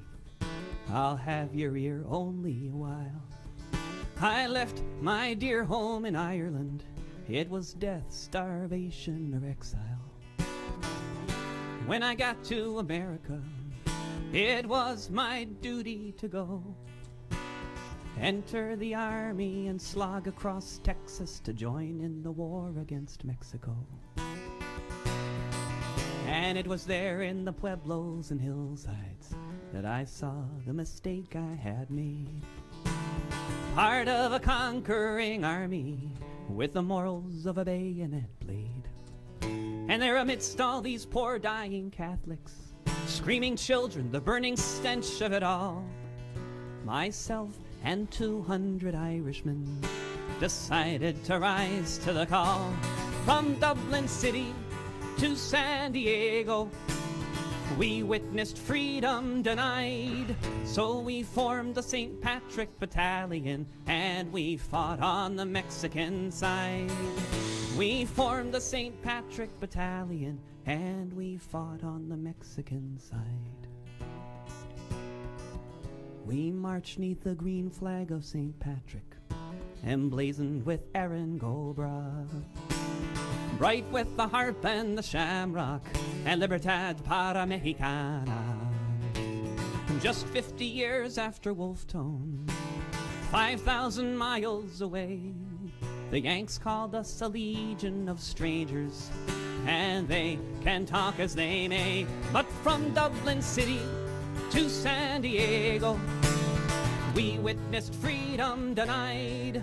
So we formed the St. Patrick Battalion and we fought on the Mexican side. We formed the St. Patrick Battalion and we fought on the Mexican side. We fought them in Matamoros, where their volunteers were raping the nuns. In Monterrey and Cerro Gordo, we fought on as Ireland's sons. We were the red-headed fighters for freedom amidst these brown-skinned women and men. Side by side we fought against tyranny, and I dare say we'd do it again. From Dublin City to San Diego, we witnessed freedom denied. So we formed the St. Patrick Battalion and we fought on the Mexican side. We formed the St. Patrick Battalion and we fought on the Mexican side.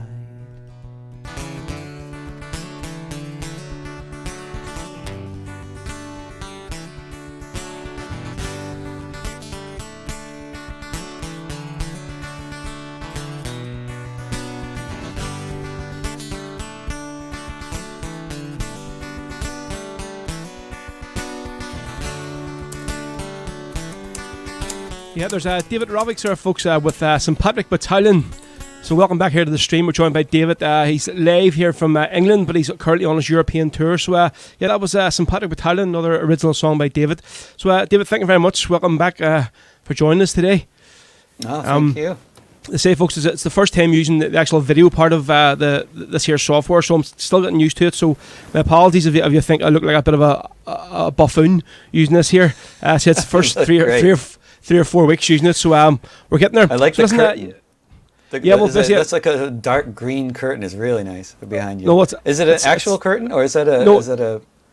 I have the whole room basically blacked out with black sheets. Everything there's no light getting in, and then I have 3 LED uplighters behind me. Right. Basically just lighting, and then I can change it to that's any really colour. If I'm doing a different interview with somebody else, I can change the colour of it and stuff. So I can. It's really nice lighting. The sound. I just have to say, you're doing really good. Unlike here, Cheers, where I got the sun coming in and I'm looking from below. You know, for people out there, you know, this is not the angle you want it. Like looking up the nose, like that's not. You know, the angle we'd want ideally would be like if I lifted up the screen, like at home, right? But I'm not going to hold the screen up, so people have to look at my nose hairs. No, so I've listened to a few of your own streams, and it's a great sound, and the backlab looks well, stuff as well. Obviously you're just on location now, so it's you have to make do. So obviously, right. So say, when and sort of where was the very first gig you played, and sort of back then I sort of assume it would be a lot of like cover versions you would have done then before you started writing your own stuff. Yeah, I did. The first gigs I did were all covers.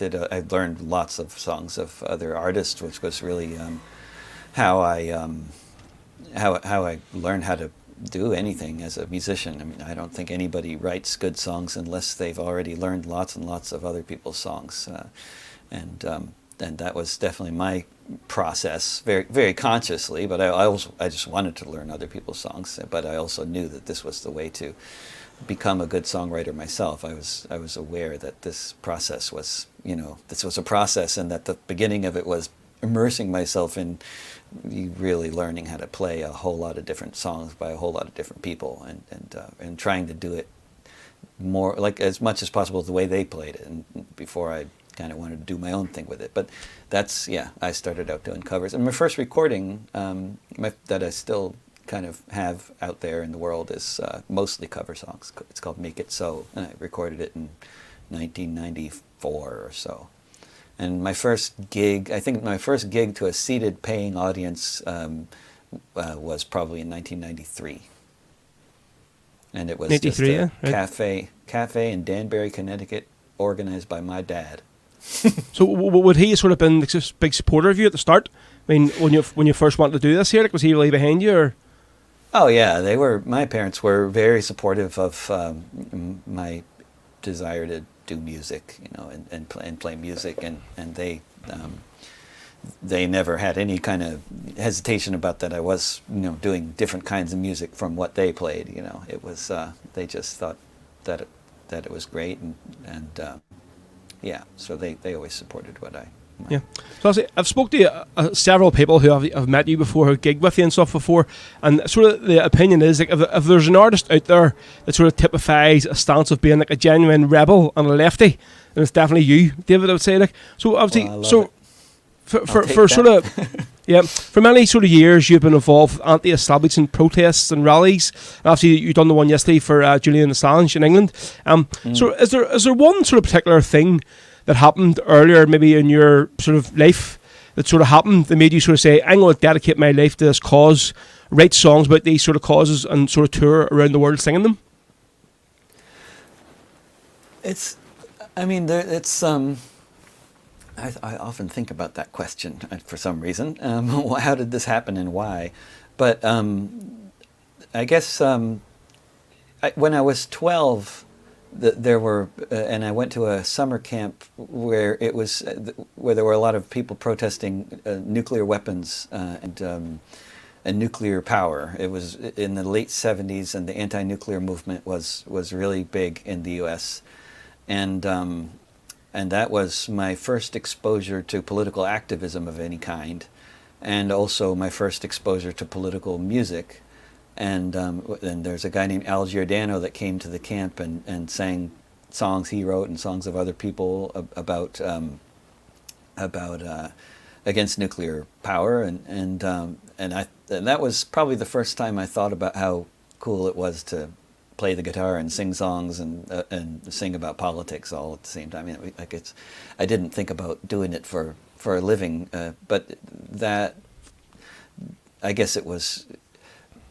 I mean, really, I didn't seriously think about doing it for a living until I injured myself on the job at the age of 22 or so. And I got repetitive strain injury in my wrists, and I couldn't work anymore with computers the way I had been. And so I basically got on unemployment, which they weren't supposed to even give me, but they did for a year and a half. I kept on collecting $160 a week, and I was living in an apartment in Seattle that was $160 a month, so I could afford to just live on that, and I just played music all the time. So that was like a period where I was just constantly playing music. I did nothing else, and then after that, after I got cut off the unemployment money and I needed to actually like make some money, I just started playing in the streets because ultimately it paid about as well as working in a cafe, and I didn't want to work in a cafe, and I couldn't type, which would have paid better. But I just played in the streets, and then I just kept on doing it, and eventually I started getting gigs indoors, and But in terms of events, like it's hard to say because politically, I mean, I was raised partly by a woman who was there's just you just kind of wonder, like, what is it that makes somebody into an artist? Like, you can be raised, you could be raised by artists. That's one thing, but that doesn't necessarily make you play music all the time and to the exclusion of anything else. But I had certain traumatic experiences as a child, being separated from a woman who I thought was my other mother, who was actually my babysitter. And, right. Okay. When my parents moved out of New York City, and I was suddenly separated from the woman I thought was like my other mom, and and then it turned out she was a German Jewish Holocaust survivor, and these kinds of, and I don't know how much that has an impact on me, but it's like, but somehow, and my grandparents talking about the Holocaust all the time. I mean, I lost half my family, in the Holocaust.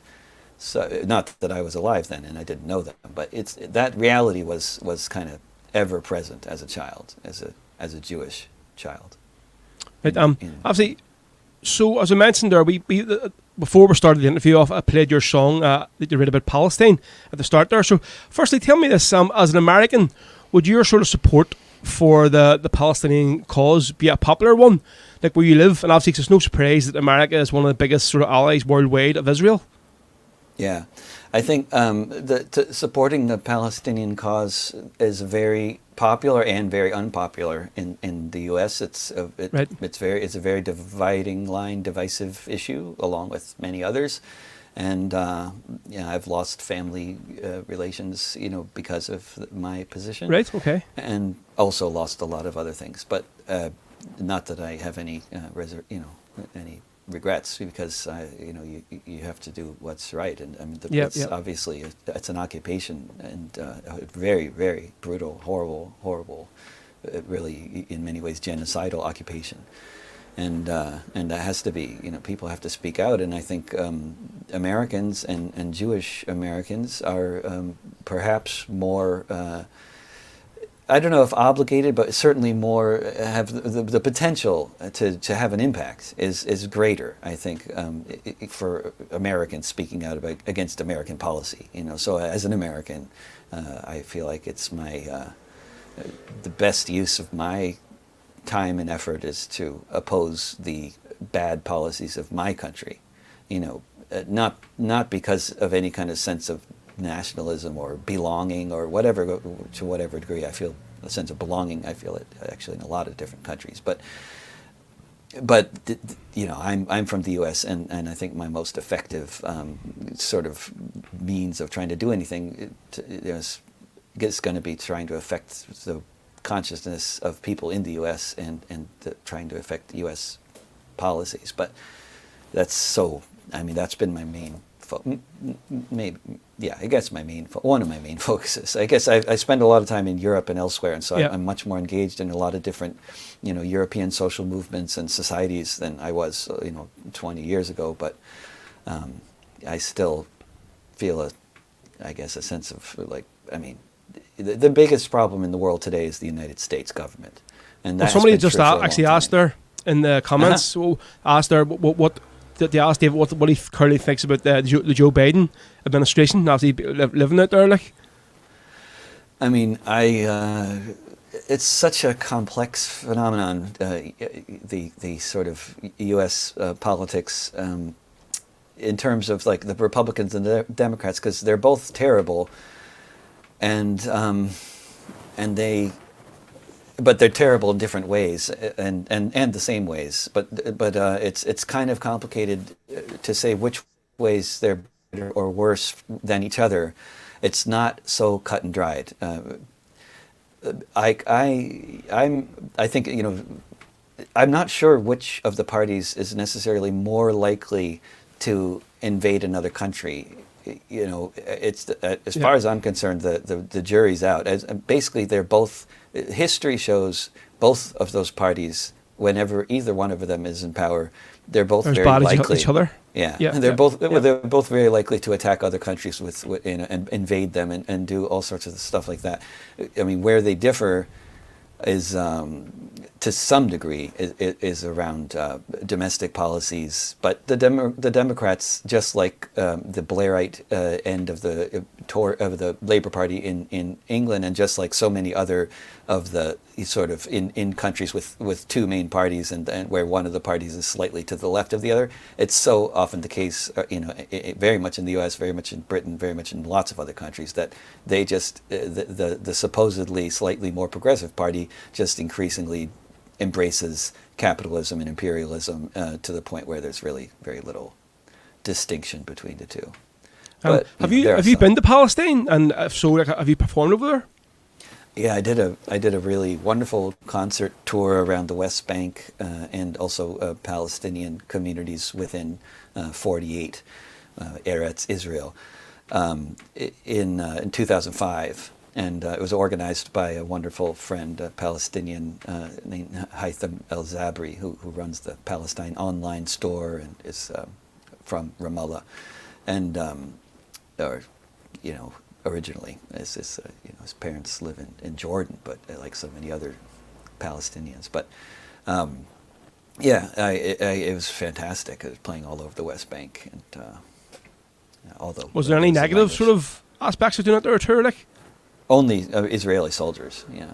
But as the Israeli soldiers, I personally never had any, terrible experiences with Israeli soldiers. Just a little bit of occasional sort of intimidating kind of statements that they'd make to me, and I mean, just really minor. I'm never, they didn't hurt me, or they didn't detain me or anything. There were threats, and I mean, I was more just worried about the Palestinians around me, because they were always, the Israelis were always so rude to them. The soldiers were always so rude to them, and I didn't know what was going to happen, or where things would go with escalation, or how people were going to respond. And so I was just always watching the situation. But the only thing one time they took me aside, the soldiers at one of the checkpoints. Of course, every day we're going through a checkpoint, because you have to go through checkpoints to get to any town.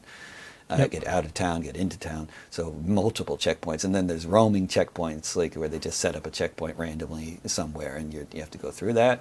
But on the way into Nablus, the soldiers took me aside and wanted to make sure that I was traveling under my own free will and had not been kidnapped, which was like, I guess I guess they were trying to be helpful. Yeah, I doubt that very much. So yeah, me too. Helpful, and Israeli soldiers don't really go hand in hand, they don't. No, they were just trying to give themselves a chance to arrest my friends if I said the wrong thing. I don't know what I. Well, I'll say, so you stated, obviously, I listened to your podcast before with Coach from the Rebel Collective there, a few years ago. You sort of stated that in the interview that your sort of much favourite places to play are Glasgow and Belfast. Like, so I mean, apart from the obvious reasons, like us being just such mad bastards, like over here and in Glasgow, what's sort of the reason for you personally for like enjoying playing in Belfast and Glasgow so much? I mean, for one thing, the level of enthusiasm of the audiences, and I mean, there's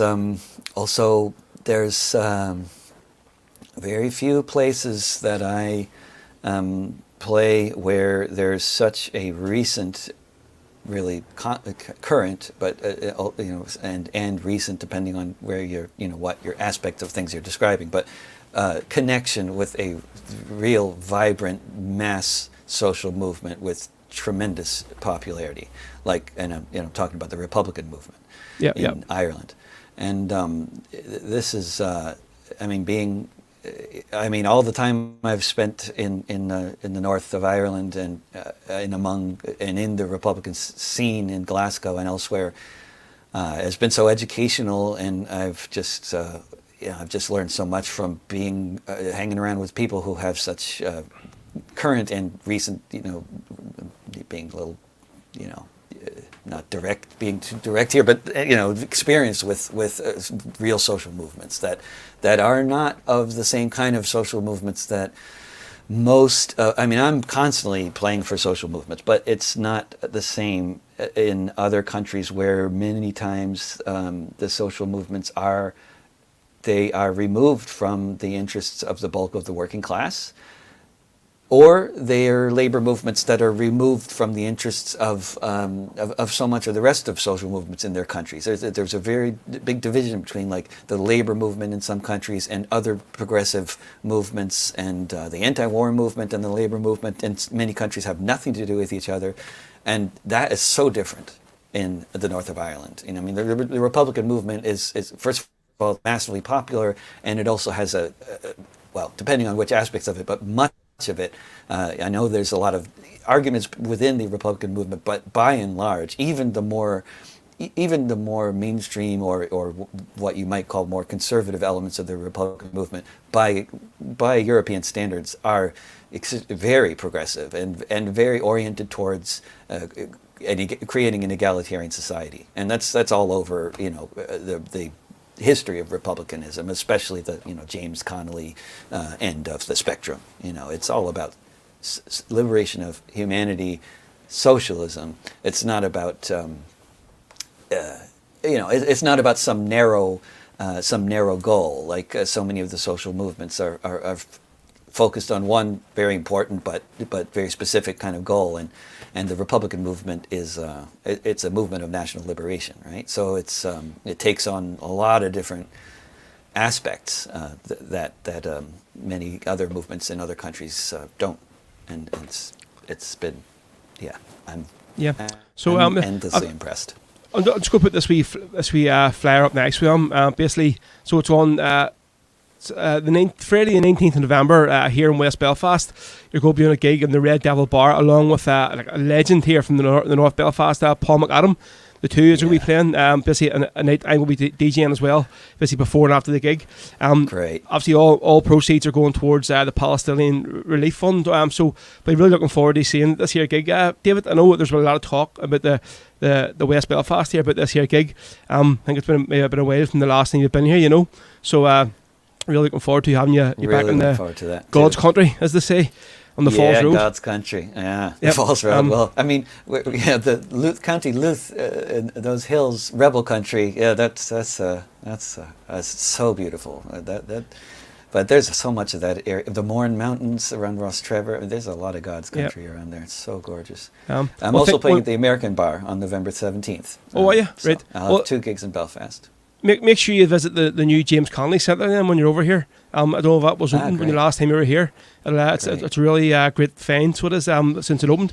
So obviously after listening to a lot of your sort of stuff this past week, as I always do when I'm interviewing a guest, I'll just try and listen to as much of their music as possible on Spotify or wherever I can sort of find it. I find a lot of your sort of stuff similar to like a guy from over here from the side of the pond from Derry called Declan McLaughlin. Literally, he writes a song about called it's why we need the union, and he mentions sort of the unions in a lot of his songs. Actually, my ma, as a union rep, has been one for many years, and she's always encouraged us to like be part of a union wherever you work. Make sure you get in the union. Obviously, you've sort of mentioned some of your songs. Is that a bit of a passion for you? Like, would it be? Oh yeah, absolutely. I mean, and Declan, is he from Derry? Or? He's from Derry, yeah. Yeah, I think I did a gig with him at Sandino's. Probably you would have 10 years ago or something. He's really good, but I mean, because basically I have recently been banned from the anarchism subreddit for being a class reductionist, and I am a class reductionist. I am a proud class reductionist. I think that the working class around the world needs to get it together. Internationalism is the order of the day and has always been. Every war is a civil war. We need to unite this the global working class, and taking on the global corporations is our biggest task, and creating an egalitarian society for all of us humans, which means the working class, because that's the overwhelming majority of the human race is either workers or peasants, just like it was 200 years ago, except it's different kind of work and different kind of peasantry. But, we need to, the question of land, the question of the means of production, who owns what, I mean, this stuff has never been resolved anywhere, including, of course, very, very much including in the Republic of Ireland, which is facing a terrible situation with landlordism and real estate speculation in these corporations. I mean, the land question is fundamental to anywhere, and the land question and the question of class and the question, these questions are absolutely fundamental, and to the point where I'm not sure how any other form of liberation can be possible without understanding it in the context of the fact that we live under capitalism. Those of us who do live under capitalism, which is most of the world, live under some form of capitalist tyranny and some form of corporate domination, and that overwhelmingly defines our lives and how everything goes much more than any other factor, other than perhaps climate change, and that is so. Yeah, whether people have a decent job, have freedom of, are able to organize a union, have the power to strike, have good wages, have a good place to live as a result. All of that is absolutely fundamental, and all of that is fundamental to the labor movement. And if there's going to be any kind of prosperity of the working class, it's going to come out of a labor movement that really understands not only that the importance of empowering the working class, but also understands internationalism and understands that there are fundamental problems with capitalism, regardless of whether you have unions. The system itself is very anti-union, and capitalism is naturally a fundamentally anti-union phenomenon. So there's never going to be an easy peace with capitalism. The union movement has to be strong always. So obviously you sort of mentioned you're currently just starting off your latest European tour. So where else are you going to be coming from? Basically, where is it going to take you to while the tour's on? I'll be playing in all over England, and then like south and north, basically Brighton, Worthing, London, Leeds, Newcastle, and then Edinburgh and Glasgow. And then I got gigs in Germany, in Berlin, Munich, Dachau, and Cologne, and then I come to Belfast. See all the tickets for these, Ian, what way are they? Somebody had asked me there in the comments about the gig you're doing with Paul Sheridan from the Wicks in Glasgow. He had said, I can't find tickets for this anywhere. Do you know where they're available, or what's... They don't do tickets for the Squirrel Bar as far as I know. It's just, unless you know, if you may know better, but no, you're in Belfast. No, I don't think they do ticket. The Squirrel Bar is the chief Republican hangout in as far as pubs go in Glasgow, and it is a wonderful place, and it will be a madhouse. It'll be really, really crowded, and there's no tickets. You just kind of pack in, but the door will be open, and you'll be able to hear the music from the sidewalk easily because it will be really loud. So it's out skin then, pick them in as much as you can get in the doors then. So yeah, Mark, that's it. If you're going to go, make sure you get yourself down there early if you want to get in. Early. Yeah, again, I actually just played. Order some Venom. Oh Jesus! I heard you talking about the Venom when you done the thing with Coach, and I was like, I have like really bad memories of that stuff. I usually have to take a week off work after I drink it. The last actually time I drunk it was when we're in I think it was 2 or 3 years ago. I was at a parade with the band I was playing, and I come home after the weekend and literally pissed off in my wee girl's bedroom. So I did after drinking that stuff all day, and it was like never again. Just it's never. It does bad things to you, and it's I think a few people has been divorced after drinking that stuff. I think so. Yeah. So obviously. So if anybody is looking tickets for the Squirrel one, I know loads of people have been saying about Paul Sheridan. They're really looking forward to getting Paul on as well. Yeah. I actually played his Bella Ciao. At their song there is actually one of the biggest songs in the show, and it's amazing because it's one of the songs that always gets my feed cut off Facebook. So it is like there's a few songs that maybe play, and the first few bars, bang, Facebook cuts it off straight away, and you're like, and that they're Bella Ciao. But that one there, I actually got the whole song of it today. For some reason, and as soon as the song was finished, then they cut it off. But I was able to jump straight back in again, which was good. Like, yeah, it's usually Ice Brigade songs or Wolf Tone songs. Cuts off. It's shocking. Like, just It sounds so political. Like, I mean, and some people out there are probably thinking, "Oh, this guy's crazy. It's not really happening." But this is not. We should never discount anything like that, because I mean they completely have the power to be doing that kind of stuff, and their algorithms are totally opaque, and everything they do at Facebook is totally opaque. We have no idea how they make their decisions, and they very easily could be running some kind of system that says as soon as you hear this phrase, cut off the feed. It used to be, for a while, I knew there was some kind of phone tapping going on. It was like they would make noises every time I'd say the word explosives, and then the phone would start like, what? Why are they? What? They got some kind of word. What is happening here? And it's not like I say that word that often. Whatever they call them. So obviously, David, I'm going to finish off the interview with another song here. Obviously, and it's no surprise to you, I'm going to play the Up the Provost, Francis Hughes song. Very good. So obviously, firstly, like I heard you say before, that you don't always sing this song. You maybe only sing it on certain gigs because you find you have to basically tell the whole story about Francis Hughes and what it was about and why you wrote the song and stuff. And so would that be the case? Yeah, it's sort of not very often you do the song. Yeah, I mean that's really particularly true in England. I mean, there's really, and it depends on the audience, but that's true. It's not just with that song, but with a lot of songs. I pick my set list because I want to reach my audience. I want to communicate with them where they're coming from, and I don't want to beat them over the head with my politics. I want to, of course, I am singing about my politics. I'm singing my songs, right? But so I'm already doing that. But I want to pick songs that are going to reach them, and basically the chorus to that song, while I like it, it turns some people off, and it's very controversial. Yeah. Yeah, and it's like you are supporting somebody who, literally. I'm in the chorus. I'm literally talking about the trigger and the fuse, right? So I think it's a really good chorus, and it's one that some people will really like, and other people really won't. And just to be getting into really specific, like I wrote this song called "The Pogroms of 1969," which is on my album Rebel Songs, which Paul McAdam produced and played on, which is he's amazing.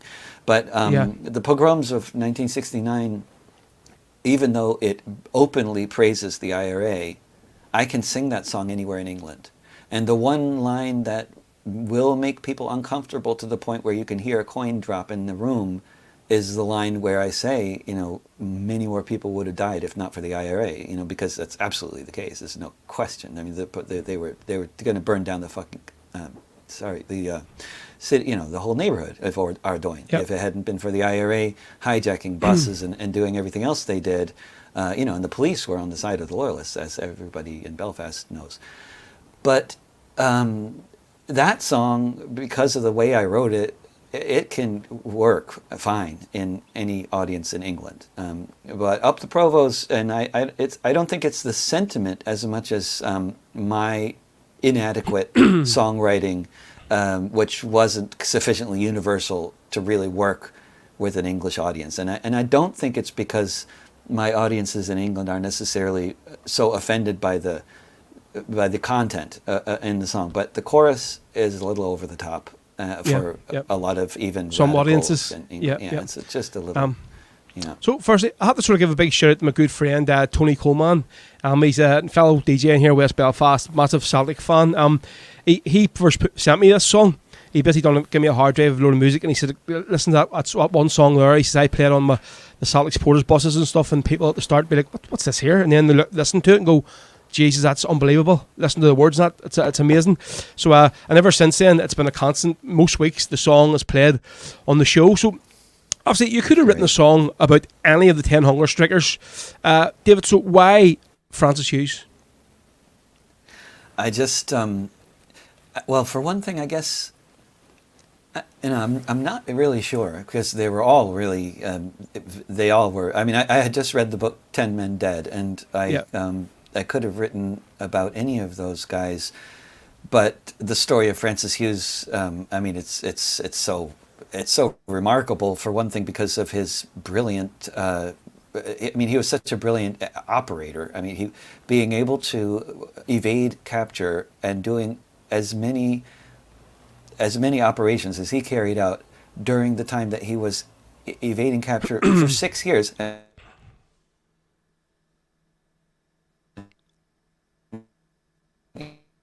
You know, as people know who probably maybe if they're the average, and we disappeared there, but now we're back, huh? Yeah, I think. Yep, can that's you us back now. Yeah, I don't know what happened, but the average IRA volunteer lasted 2 years before being captured. 2 years was the average length of time that you could be operating before you're going to get captured, on average, right?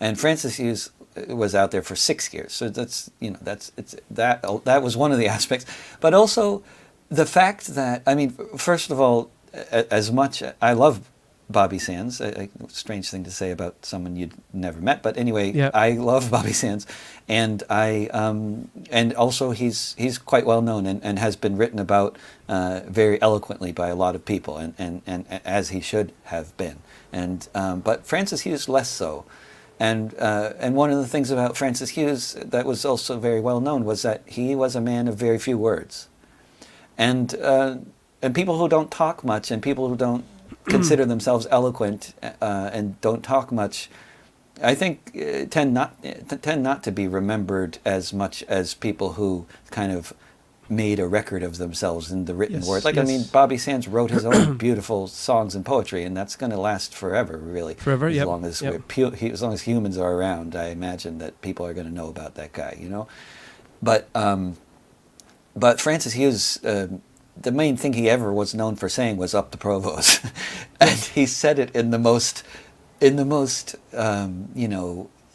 impossible situations, and and which so that the phrase then would take on tremendous sort of comedic qualities. You know, just I mean, he gets captured by the SAS, and he says "Up the Provost." Yeah, that's the most impossible situation. And then what a way to just say "fuck you." I mean, God. I mean, it shows a tremendous sense of humor too, really, and which I'm sure he must have had. I don't, I haven't read much about his sense of humor, but I mean, I just that was. There's a lot of reasons why I wanted to write about him. So obviously the song. How did you sort of go about gaining like the research and the sort of Francis to write the songs? I know a lot of people from South Derry and Ballachy, Tom McDuff, up all around there, a lot of friends there, and I've spoken to a lot of them over the years about this song and the words in it, and like anybody I've spoke to always says like he just nails them in this song. It basically the song just typifies him. Everything that's written in the song, that is Francis Hughes. I mean, so did you maybe speak to anybody that knew him, maybe his family, or I mean, or like, well, how did you do? Because I mean, the song is very sort of heavy, all about sort of the operations he was involved in and stuff. So how did you go about actually getting the lyrics nailed down? The research in terms of, I mean, I've been long a believer in when you write songs, they should be as accurate as. I didn't start out believing this, but I grew to believe that when you're writing a song about historical events, they should be completely accurate and not, just like a good magazine article about a historical event or something. It should be not. You shouldn't be making anything up. You can maybe state opinions if you want to, but I tend to think that the best way to tell a story, and even including the best way to convince people of your perspective, is not to tell people what you think and not to tell people what you feel, but only to tell the story and to do it well. And then the story, although the exception is the chorus to my songs. Usually the chorus is where I might express an opinion, and in Up the Provost, that is clearly that's definitely done in the chorus. But the verses are mostly just telling a story in that song and most of the songs I write. And I got most of the information from the book 10 Men Dead and from Wikipedia, and where else? I think I'm and then well, definitely from a lot of people who knew him in Belfast, and but not from his family. I didn't try to do that. I mean, I never do really. I'm not. I guess some people, when they write a song, set out to go be so thorough about it that they, find family members and stuff like that. But I mostly do research from just more random stuff and from reading books and articles and stuff like that. But I was also hanging around with the Irish Brigade. Well, that's what I was just going to say Irish there. Brigade. He listened to the Irish Brigade. That was the next question. Yeah. There isn't a week sort of goes past in this show where Jerry Glacken isn't mentioned. I mean, obviously, there's anybody will have on. It's all they're basically the Irish Brigade's always at the back of their mind. So I sort of heard that when you were doing this song, you wanted to sort of do something like with our style of music and basically something that would sort of sort of give a bit of an Irish Brigade kick to the way Jerry writes his songs. Exactly, totally. I just wanted to write a rebel song like they write. Like their songs, and that's exactly what I set out to. Well, you definitely done it, mate. So listen, Dave, we've been on here. It's got for an hour nearly. So but listen, the comments come through have been fantastic, mate. So we're going to play this here now, Up the Provost, song from David Rovics. David, say thank you very much for coming on the show again. It's been a pleasure, and I can't wait to see you down at the gig on the 19th of November. So so we're gonna cut you off and good luck for the rest of your European tour, mate. Hope you have a good one, all right? Thank you. All right, cheers, good man. Thanks very much. Take care. See you soon. Thanks. So go, folks. That was David Rovics here. So we're now going to play his song. Basically, it's called Up the Provost, and this is cheers to Tony Coleman for sending me through this here. Once he did, I listened to it. I was like, this song is just amazing, and obviously it's been a big sort of staple of the show for over the last number of months. Here we go. This is David Rovics with Up the Provost. He grew up on a farm in a troubled Irish land, under foreign rule and the British Crown's command. His father fought for Ireland 50 years before, but the Free State cut their losses and the English won the war. When internment without trial was the order of the day, when his brother was arrested and his friends were blown away, when he was beaten near to death, he decided come what may, he'd throw his lot in with the Provost, and he joined the IRA. In the occupied 6 counties, perhaps it never will be known, all the foreign soldiers in Armagh, Tyrone, who decided to head back across the Irish Sea so they wouldn't have to meet the man from south of Derry. He never wavered in his battle for Irish liberty, and the Crown would soon regret the day they called him enemy. The Brits called it bandit country, and it filled them all with fright. In the borderlands, he who walked the hills at night. Up the Provost, that's what he said. 3 little words that filled the British crown with dread. With a rifle on his shoulder, a timer and a fuse. Long may we remember Commandante Francis Hughes. Long may we remember Commandante Francis Hughes. Once he was surrounded by the SAS. How he might escape was anybody's guess. In his boots and camouflage, he didn't miss a beat. He walked right past the soldiers and out into the street. Once he came upon a checkpoint, the soldier didn't want to die. He recognized our Francis and the soldier waved him by. He didn't want to find out if he could take what he could give. He knew there'd be a shootout and the soldier chose to live. Up the Provost, that's what he said.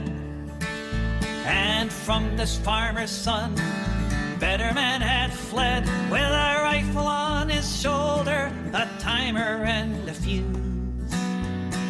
Long may we remember Commandante Francis Hughes. Long may we remember Commandante Francis Hughes.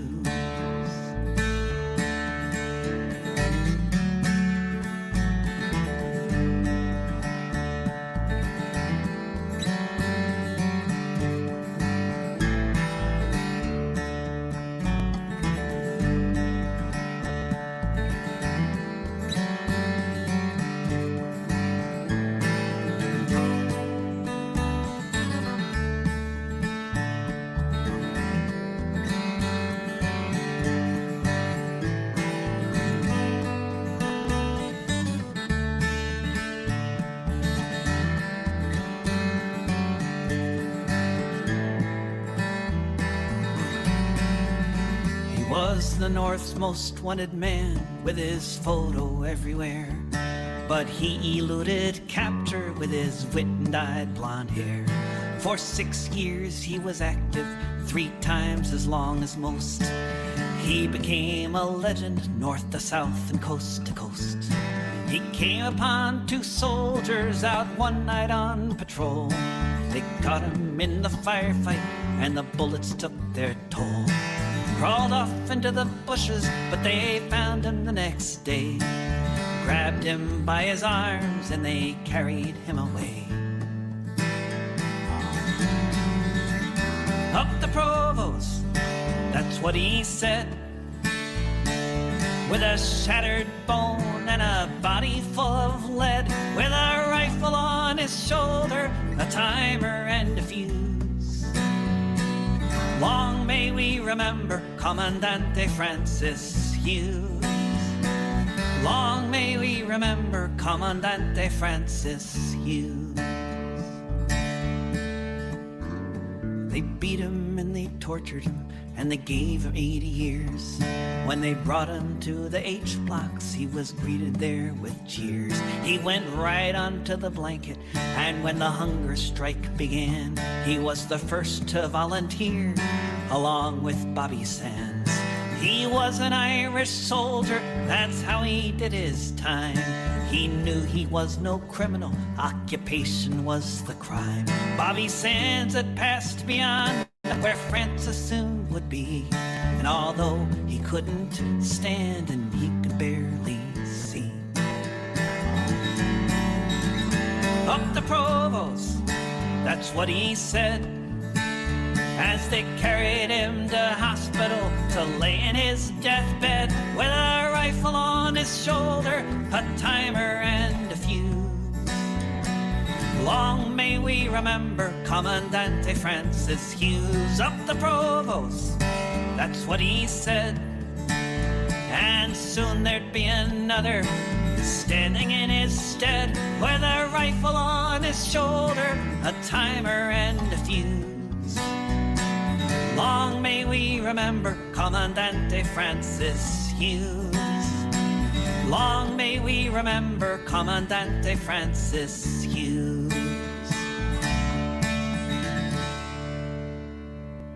There you go, folks. That was David Rovics with Up the Provost, Francis Hughes. And folks, let's say the comments flying through here. Let's see, good to see the excellent folk joining in. Share the show folks. Get the viewing numbers up. Who's it? Do I have the lads on from Exxon? Happy days. Yeah, folks. So what was it? I say the very first, my first effort with doing the live interview via video, and I think there was a wee bit of an issue at the start because I could hear like a double echo on my earphones. After you couldn't hear it and he couldn't hear it, but I could, and it was because I had the Facebook stream opened and there was a wee bit of a 1-2 second delay. So that was the problem. But got it sorted before I had David on. So fantastic to say. For me personally, it's one of those definitely a bucket list moment getting him on the show, right up there with having Derek Warfield on there on Easter Sunday. And as you can listen to David there, folks, that interview was just fantastic. So it was so he educated me and a lot of the stuff he was saying, and it just goes to show why a lot of his gigs he plays in, they just sell out no matter where he goes all over Europe. So yeah, fantastic interview. So thank you very much to David Rovics. And again, I'll just give us a wee push here for you. See for this gig on Friday the 19th of November, live at the Red Devil Bar in West Belfast here. Myself, I'll be DJing, and then alongside obviously Paul McAdam, David Rovics, two legends, folks. So the music you're going to hear on that night is going to be phenomenal, and all proceeds, everything, nobody's getting paid for anything. Obviously, all the ballots, all the door money, is going towards the Palestinian Relief Fund. So it's £5 at the door, folks. So hopefully, a few of you can make it. It's going to be a great night, so it is. So yeah, thanks for all the lovely comments, folks. For basically, while the interview was on, once it was finished there, I know you were all listening away and sharing the stream. So yep, that was the first proper video interview using the new StreamYard software. So I say, just getting used to it, but I think I will have it sort of nailed down now. So happy days. Right, so we're going to shoot on with the tunes, folks. It is just gone 3:30, so another hour and a half to go today. Let's see, Jim McCaff, Farewell to Balahi. Yep, we'll get that on as usual. So we'll have a few requests going to be coming through here before 4 o'clock. So yeah, we're going to do this one here. Actually, we'll do this one from my ma Kate, she's off work today, so I know she's listening to the show. And she actually just said there in the comments, this is my best interview to date. So thank you very much for that there. It must be. I've been getting a comments from my own ma, so it must be. So here we go. This is the Kieran McCafferty with a song written in dedication, basically all about the life of the late the chieftain Martin McGuinness. This song is called Where My Heart Will Always Be, folks, on Rebel Sundays.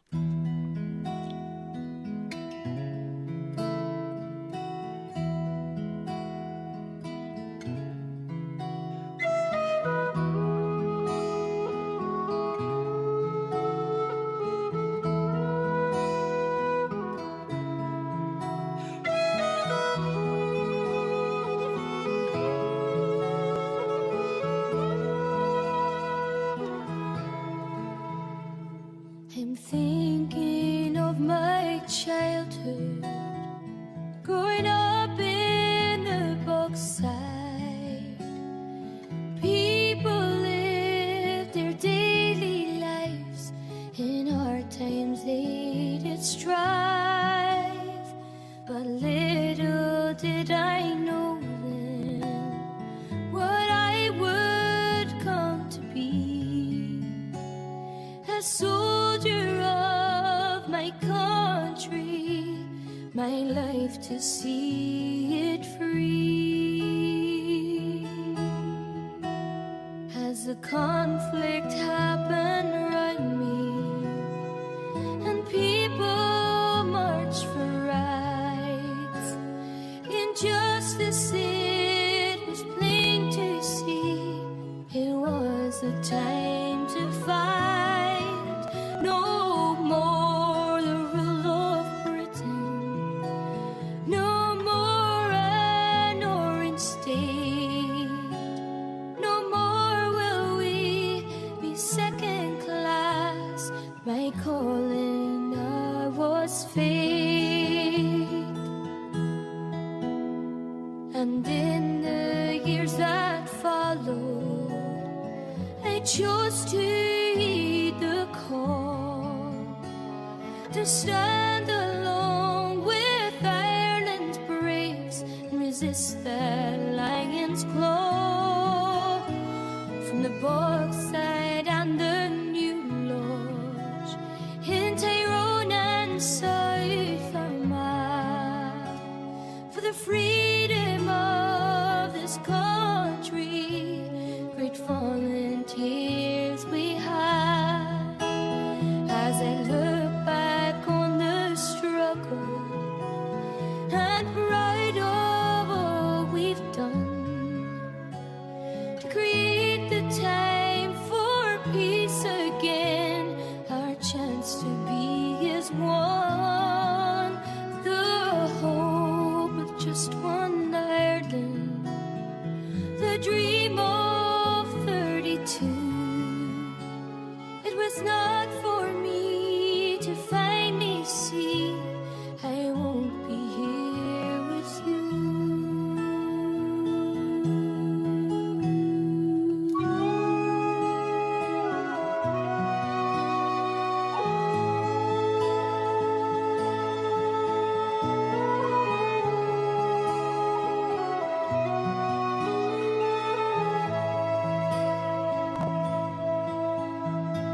So in my final hour, God standing at my door, my family all around me, and all their hearts so sore.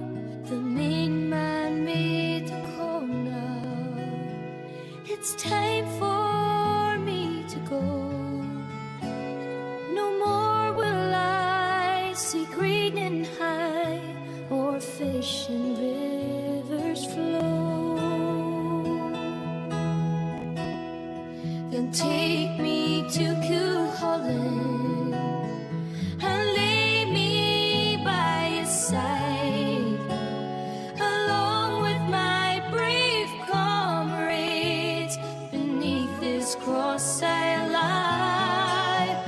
I'll look out on the bogside, where my heart will always be, and know that I will rest in peace, as you set Ireland free. I'll look out on the bogside, where my heart will always be, and know that I will rest in peace, as you set Ireland free.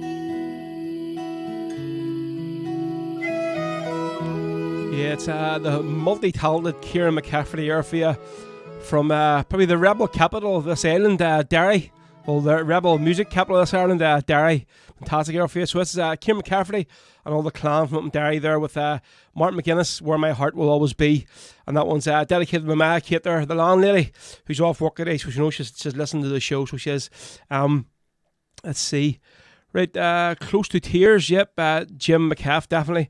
Let's see. Grosvatar Otto. Rogue, do we have Ovida's Day on the Cross of Glen for the St. Pauli boys? I'm sure we could get that arranged. Mark Laddie was looking for Well to Balahi. Yep, that's going to be on some stage this afternoon, don't worry. So that was Chris Donovan was looking at maybe Highland Patty before we go. Well, we're here for another hour and 20 minutes, don't worry, mate. So there's loads of time to get that on for you. Right, so what I'm going to do is I'm going to give away the first let's see, Donna Madden. Well, Donna, what's the crack? Good to see you on here. Would love to hear Highland Patty. Yes, we'll get it on, don't worry.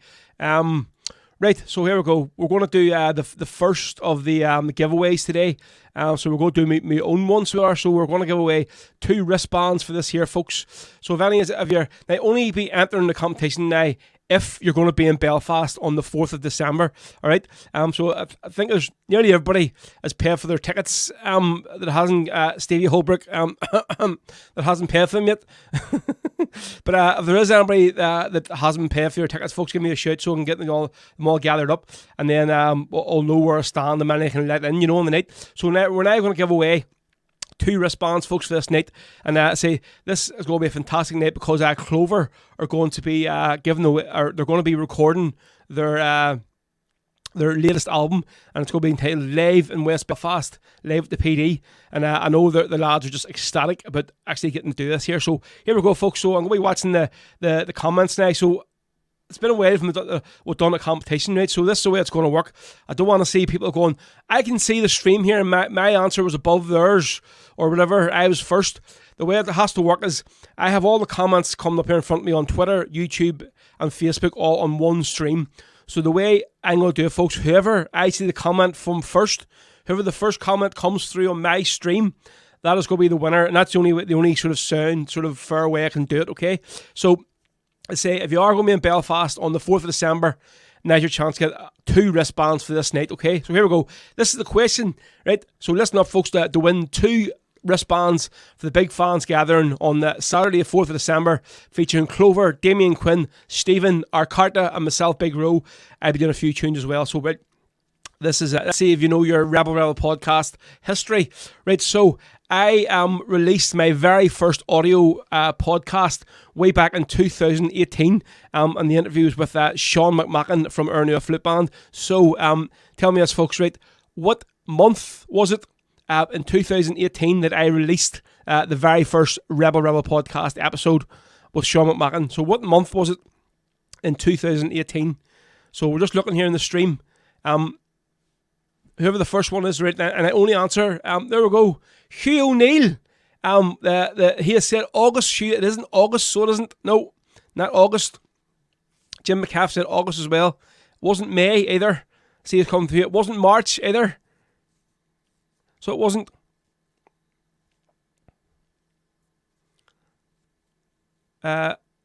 Wasn't June either. No, sorry, James. So I'll give you all a wee clue and see if someone gets it before we put this here through. Right? It was uploaded a week before the Celtic Supporters Festival in Bundoran. So it was. There we go. Maura Burns is the winner. So it was September. So the winner is Maura Burns. So Maura, you just won yourself 2 wristbands to the big fans gathering. Yep. So it was recorded in August, but it didn't upload it until I think it was the first week in September. So it was uploaded just a couple of weeks before the Celtic Festival in Bundoran. So there you go, Maura Burns. You can just see yourself on the screen there. You are the winner of the 2 wristbands for the big fans gathering in the PD Club in West Belfast on Saturday, the 4th of December. So well done. Congratulations, Maura. You are the winner. So you are today, and you've been a big listener to the show for many, many months now, the last couple of years. So well done. Hopefully you can make it to the show.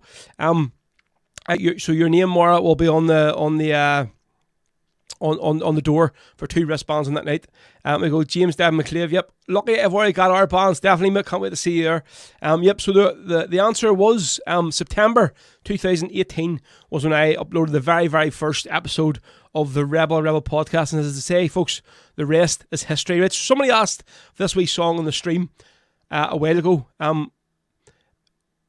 It's a fix. That's Rose's cousin, is it? No, definitely not a fix. It definitely isn't my cousin. My cousin is Celine.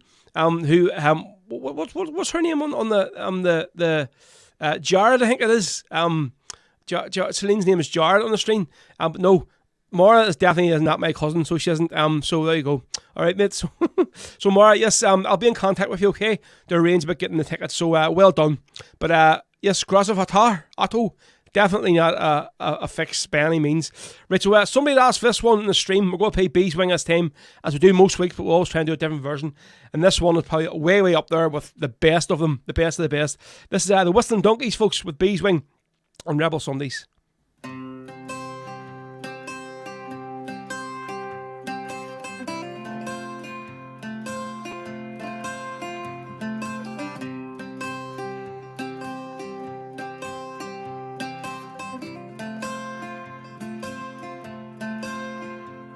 I was 18 when I came to town. They called it the summer of love.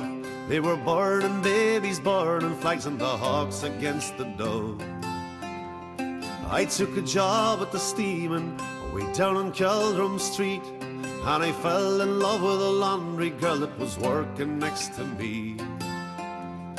Brown hair zigzagged around her face, and the look of half surprise, like a fox caught in the headlights, there was animal in her eyes. She said to me, oh, can't you see, I'm not the factory kind. and if you don't take me out of here, I lose my mind. She was a rare thing, as fine as a bee's wing, so fine a breath of wind might blow her away. She was a lost child, she was running wild. She said, so long as there's no price in love, I'll stay. You wouldn't want me any other way. We busked around the market towns, picking down in Kent. We could tinker pots and pans and knives wherever we went. And I said to her, we'll settle down and get a few acres dug, with a fire burning in the hearth and babbies on the rug. She said, oh man, you foolish man, that surely sounds like hell. You might be lord of half the world, you'll not own me as well. She was a rare thing, as fine as a bee's wing, so fine a breath of wind might blow her away. She was a lost child, she was running wild. She said, so long as there's no price on love, I'll stay. You wouldn't want me any other way.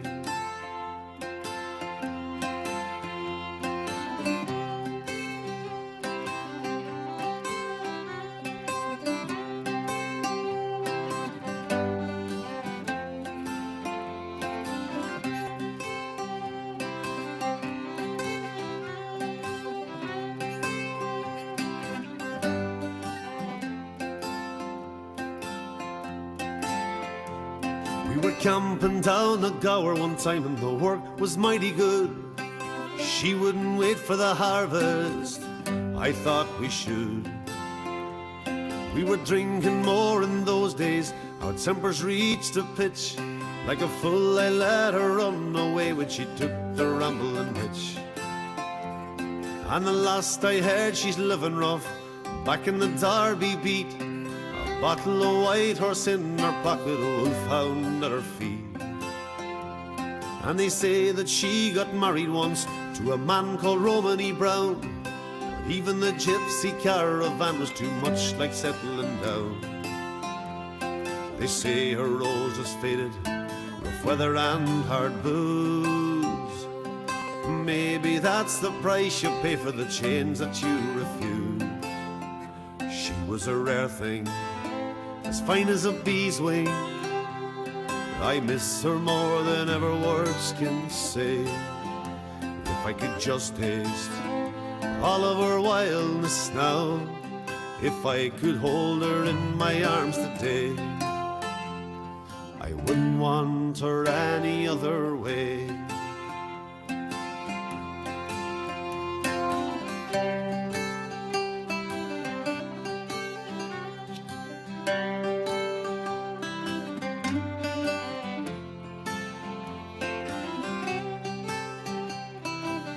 Yeah, it's on a Beeswinger, folks, from the Whistling Donkeys. Great band from Tyrone, that one. So I think that was for Terry and Rob. Caroline asked that one. Just look in the comments here now. So it was, let's see. You're just right there as well. Chris Donovan, he says, the ending, this always makes me sad. The wolfhound at her feet and also the bottle in her pocket. Yeah, great words, that song. So there are so many different people have done a version of that song. Let's see, there's a couple here wanting Willie and Danny by Kelly's Menro. Well, I actually was going to play Willie and Danny, a different version of it. But listen, if you want the Kelly's Men version, yep, we'll do that for you, no problem. That's for all the lads over there. There's some Polly boys, not a problem, mate.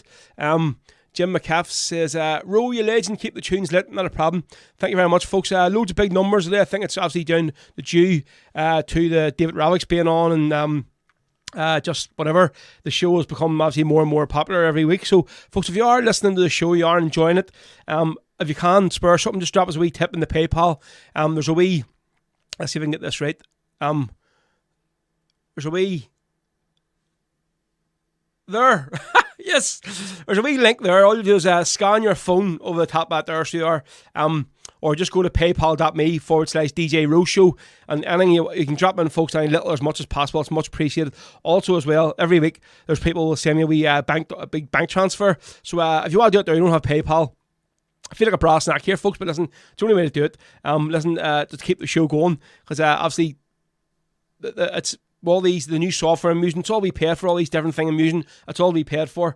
And obviously me, now I be taking work off on a Sunday to go and do this here. So basically, I'll always rely on funds and donations for people to support the show. So if you don't have PayPal, I can do a wee bank transfer. Just send me a wee PM on Twitter or Facebook or whatever, Instagram, and I will give you the bank details, and you can send me something through, whatever you can, folks. But I say it's let's see, Chris Donovan says, must say your graphics on Facebook look brilliant. Now I roll top taco.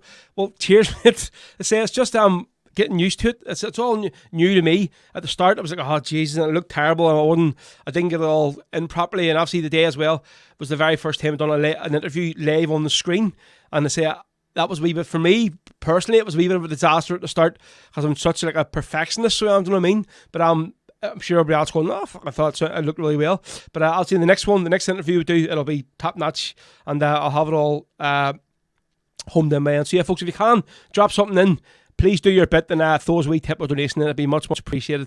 Right, so Donna Madden, this one's basically for you, and say, great to meet you last week, or the Devonish, Donna. And again, apologies for saying you were from Ballymena. Hey, I know you didn't take that too well, but here, imagine getting a taxi home to Randallstown from West Belfast. Fair play to you, is that there's a top dedication to go and see Gary Ogue. So here we go. This is the brilliant Emer McLaughlin from her album Live at the Rock Bar, Rebel Sundays. This is Hail and Paddy, special Don Madden. Here we go.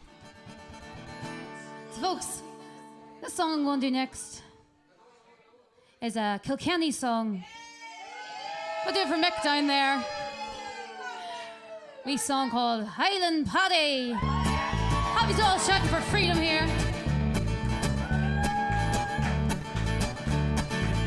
One evening fair, the sun was shining. To Kilkenny, I'd ride, I'd meet with Captain Brady. I saw the commander by his side. Here we go, then you are welcome, Highland Paddy. By my side, you surely stand. Hear the people shout for freedom, freedom. Rise in the morning with the Fenian band. Rise in the morning with the Fenian band. Well, in the morning we rose early, just before the break of dawn. Blackbird singing in the bushes, greeting you on this fine morn. Then you are welcome, Highland Paddy. By my side you surely stand. Hear the people shout for freedom, freedom. Rise in the morning with the Fenian band. Rise in the morning with the Fenian band. Oh, gather round, free men of Ireland.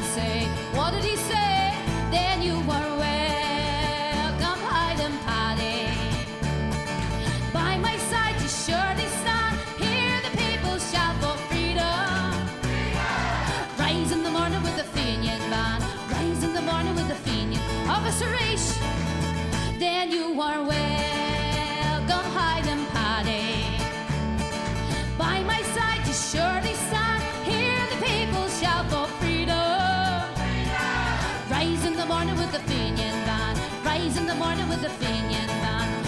Rise in the morning with the Fenian band. Island Paddy there.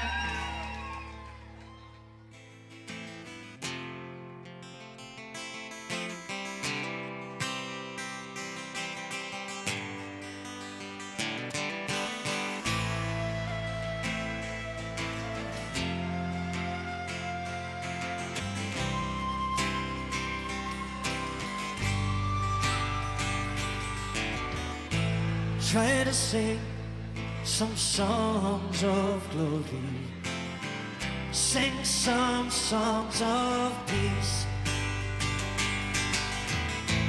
In the end, it's the same old story. They're both too hard to reach. People tell me that they're sick and tired of seeing this place run down. But I say take off those blindfolds, you hypocrites, and help get us off the ground. Let's do it! And please say it isn't so. While Willie and Tommy, they had to go. The reason's very clear. They're laying down their lives for this year after year.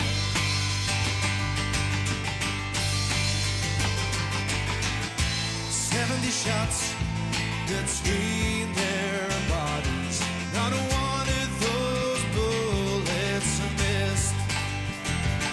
And for every trigger pulled that morning, a volunteer will enlist. For 5 long hours they left him lying there. The priest was turned away. Just another step lower for those SAS bastards will never forget the day. And please say it isn't so. While Willie and Tommy, well, they had to go. The reason's very clear. They're laying down their lives for this year after year.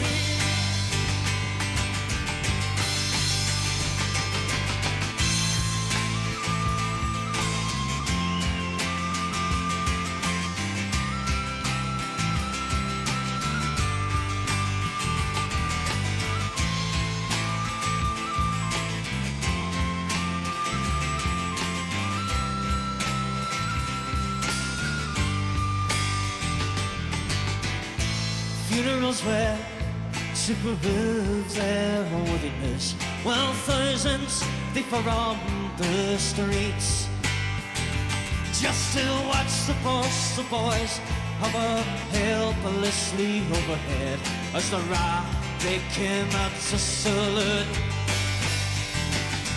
They emptied their magazines over each coffin as defiantly the crowd they were sent. So another day dawns again. Those guns, they'll be out again. For Willie and Danny had friend. Come on! And please say it isn't so. While Willie and Danny, well, they had to go. The reason's very clear. They're laying down their lives for this year after year. Please say it isn't so. While Willie and Danny, well, they had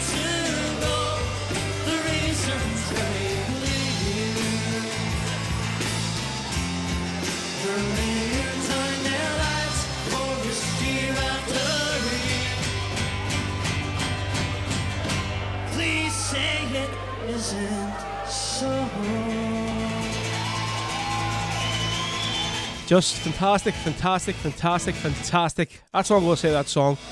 That's a wee tune there for all the St. Pauli boys over in Germany listening this afternoon. Thank you very much, lads, for tuning into the show. We're going to do Auf Wiedersehen, the Crosswind Fusions as well, a bit later on before we finish up. Before that song there was Hill and Paddy with Emer's live album, Live the Rock Bar. It's by for Don and Madden. Hey! Sham, as I say. Folks, and just see, I want to put on record now, in case Laura isn't listening, obviously Maria and Liam are listening, right? See, whenever my time comes and I'm getting cremated and the thing is getting brought in, down the box is getting brought down to me to get burnt, whatever, that is the song I want played. The Kelly's Men version of Wally and Donny, live in Derry, and that is it. So, you all know here, this is on now, the World Wide Web forever. Nobody can take us away, this thing. So, I know Laura doesn't listen to the show unless she's forced to, so she isn't. So, Liam, if you're listening, Maria, if you're listening, my dad, Kevin, Kate, if you're listening, anybody else, whenever I'm getting lowered down to get burnt, that is what I want to hear playing. And if it's in Roselawn Cemetery, I don't care. That's what I want to get played. Wally and Donny, live by Kelly's Men. So, there you go. So, he's all know now, folks. Right, let's see a few of the comments. Let's see. Son of ours, yeah. And Hale and Paddy, I'm out of breath now. Red Scotland. Anything from Barley Corn? Yes, bit of Barley Corn is up next for you, Red Scotland. Are you a new listener, Red? That's the first time I've seen you on the show commenting, so it is. Son of Our 1916, Bernard Tune. Let's see. Red there says, Sinead O'Connor's version of the Foggy Dew is superb, big man. Yes, actually played it last week. Normally we always keep that version there to play on Easter Sunday. Because we always open the show up with Foggy Dew, and that version there with the Chieftains is just mad. But obviously we played it last week, just in memory of the boy from the Chieftains passing. So that's why we've done it. We just made let's see. He says, "Hers in the back of my neck." That song, awesome. Kelly's Men, best band ever. Martin, I'll stand and sing it while you go down, Ro. No, Marty, please don't. Red Scotland says, iCamera, just found your show, fully subscribed member in iCamera. Happy days, yes. So, again, if there's anybody else on the show here, it's the first time listening. This has basically started off, the Rebel podcast has been going since 2008, but before lockdown really started there last year, it was just, I used to produce one podcast per month and put them on SoundCloud. It was all with all different various guests. I've done one with rebel bands, politicians, done one with on mental health, all sorts of different things. And obviously then when lockdown happened, we couldn't do nothing. I couldn't go out DJing, I couldn't work. We're all stuck in the house doing nothing. I says, everybody and their granny was doing live streams, all these rebel singers and all. And I said, well, listen, I'm going to try and live stream some Sunday. And as I say, folks, the rest is history. It just started off, it went boom. After my first few shows were a bit of a disaster sound-wise. They looked terrible. It was up in my own house. I'm sure the original hardcore listeners will remember the backdrop kept falling down, and I was trying to put it up mid-show and stuff. And one time, this one time at band camp, the phone was on like a makeshift holder tripod thing, and the thing just bounced out and flew towards me and nearly hit me in the middle of the stream. And obviously the sound cut off and all. That was back in the day, folks, before we got all this new techie stuff and moved down to the proper studio again. So big up my ma and my dad for letting me use this room. My sister Anya's old bedroom in the house. It's a bit redundant now, so it's now our fully fledged Rebel podcast studio. So happy days. Let's see. Chris Donovan says, "Yep, I do remember that."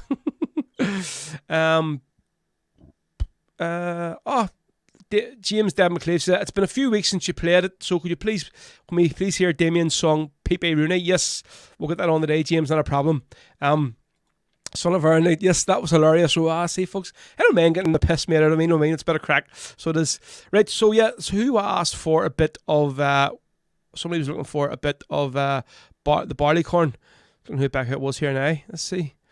Where are you? Yeah, so Red Scotland, anything from the barley corn, please. You go to this one here. This is from their album Songs of Irish Freedom, and this is the Broad Black Brimmer, folks. Haven't played this version of the barley corn on the show before, so it's always the first. So Red Scotland, this one is basically for you, mate. It's Rebel Sundays, folks, till 5 o'clock with myself, Rose. We're in the last hour for you. We're on the home straight. Here we go. We're going to get get Liam to sing you a song now.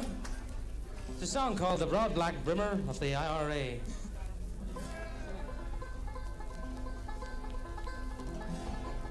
There's a uniform that's hanging in what's known as Father's Room. A uniform so simple in its style. Well, it has no costly feathers or no hat with feathered balloon. Me mother has preserved it all the while. One day she made me put it on a windshield mine for years, in memory of your father, Sean, she said. And as she bore the Sam Brown on, she was smiling through her tears as she placed the broad black brimmer on me head. It's just a broad black brimmer, its ribbons frayed and torn by the careless fist from many's a mountain breeze. An old French coat that's so battle stained and worn, and breeches that are threadbare at the knee. A Sam Brown belt that's buckled big and strong, and a holster that's been empty many's a day, but not for long. And when men claim Ireland's freedom, the one that choose to lead them will wear the broad black brimmer of the IRA. This uniform was worn by me father years ago, when he reached me mother's homestead on the run.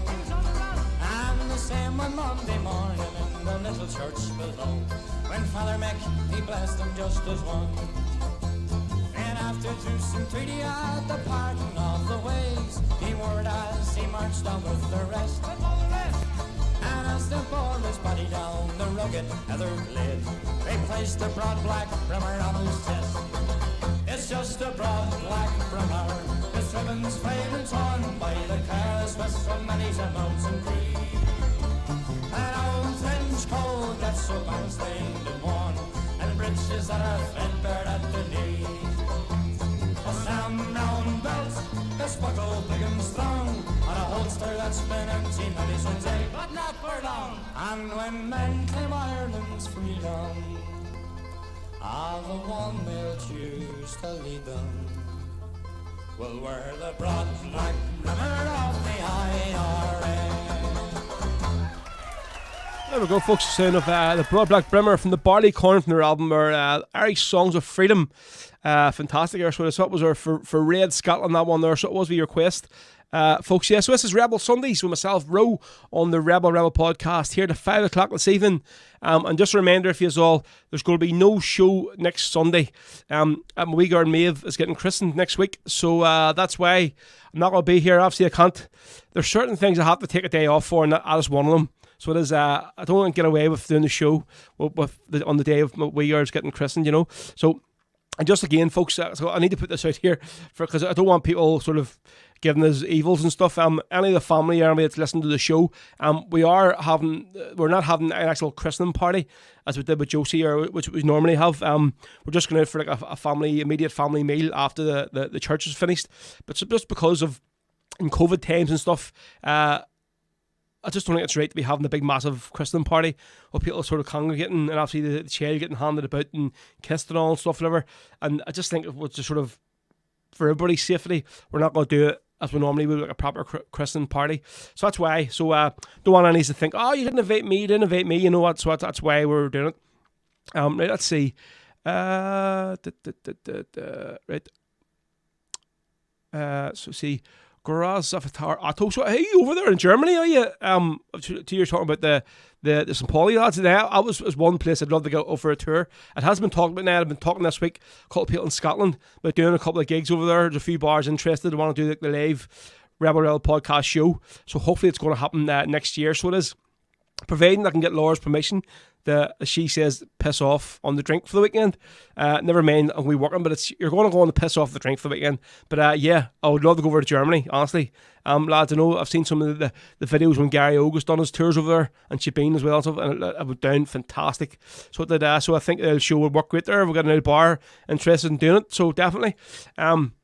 I see Chris Donovan says, yeah, brilliant. The Barley Corn now, some great stuff. I have about 5 LPs by them. Still used to get them sent from Kay's Irish Record Shop in Camden Town in London. James Devon McClave, I would love to see your parents' faces when the architect turns up at their house with the plans to extend for a larger studio for the show. Keep donating, folks. Well, actually, I was speaking about this about Laura last week. I wanted to get one of those big, massive cabins put out in our back garden. And he's like, oh, we get, because the next door neighbour got one put in. I says, we could get one of them. She says, you're not putting your studio out in our back garden, right? And that was that fucking, but obviously, I need something with decent Wi-Fi. I have to say, from the man I upgraded theirs, it seems to be all working good, nice. What is? Let's see. So Martin Kane says, Ro, any chance of playing Glasnevin singing and coming home? God bless this lovely land of mine. Please. What's that they're on? Is that, I've never seen that in any of their albums. Marty, do you know what's on? You help me out. Brian Duffy says, 2, would you be able to play the Boston Rose by the Wolf Tones for Pat Phelan, ex-New Lodge man, listening to your show in Canada? Yes, right. Hugh, right, I'm going to look for that next here. I want to do this next song, okay? Definitely the extradition song by the Irish Brigade. Let's see. Shalene says, yeah, just right, Rory. Wouldn't have anything. Kiss Maybe, Baby Girl, but Coven on the raise. Right, so here, what do we have here lined up next? I'm just looking here. Yeah, so we're going to do a song actually talking about Gary Oak. We're talking about Germany here. This is the album he done over in Hamburg. Fantastic album, so it is. So this isn't technically a Republican song as such, but Gary, you hear him talking about it at the start, he goes, I'm going to do this one just for me because I like this song. And so it's a song from Bob Marley called The Redemption Song. And Gary doing this here live is just phenomenal. So here we go, folks. This is Rebel Sundays. This time we'll have Gary Oak live in Hamburg with Redemption Song.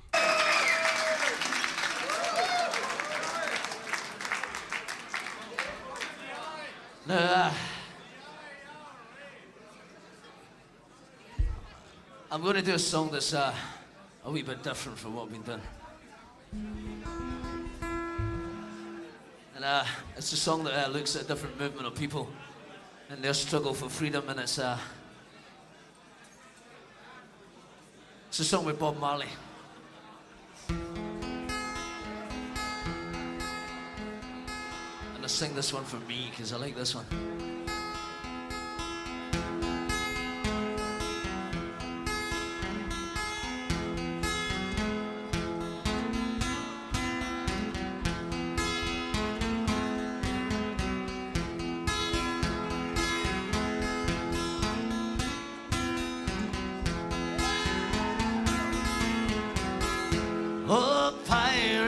Yes, they're all died. Sold out to the merchant ships. Minutes after they took Kai from the bottomless pits. But my hand was made strong by the hand of the Almighty, and we've powered this generation triumphantly. So won't you help to sing these songs of freedom? For it's all I ever have. Redemption songs. Emancipate yourselves from mental slavery. None but ourselves can free our minds. Have no fear for atomic energy, 'cause none of them can stop the tides. How long will they kill our prophets while we stand aside and look? Some say that it's just a part of it, and we have got to fulfill the book. So won't you help to sing these songs of freedom? For it's all I ever have. Redemption songs.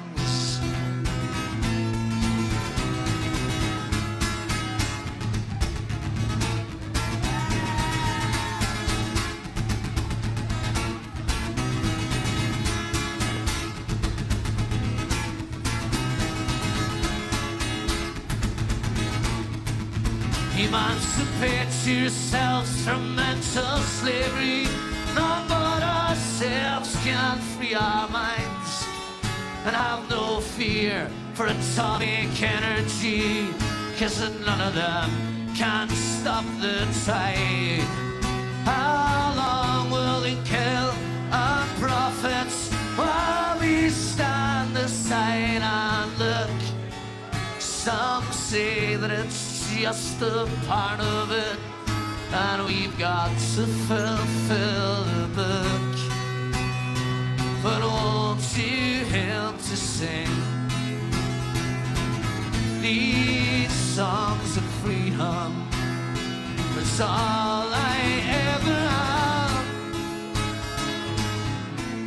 Redemption songs, redemption songs, songs of freedom.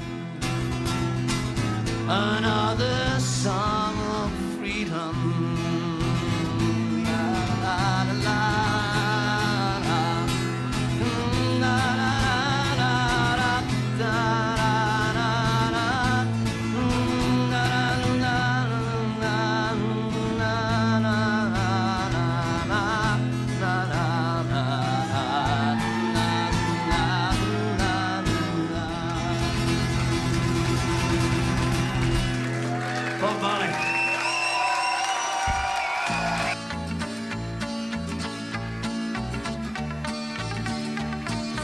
People of Ireland, upon you I call.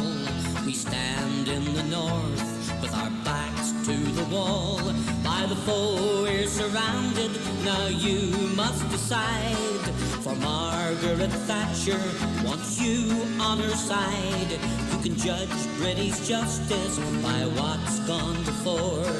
The Birmingham 6 and the Guildford 4, 13 men in Derry, in the H blocks 10 more. Will you let extradition increase Maggie's score? Don't hand them over, don't play Thatcher's game. The word extradition should fill you with shame. If you're proud to be Irish, then live up to the name. Don't hand them over to be tortured and framed.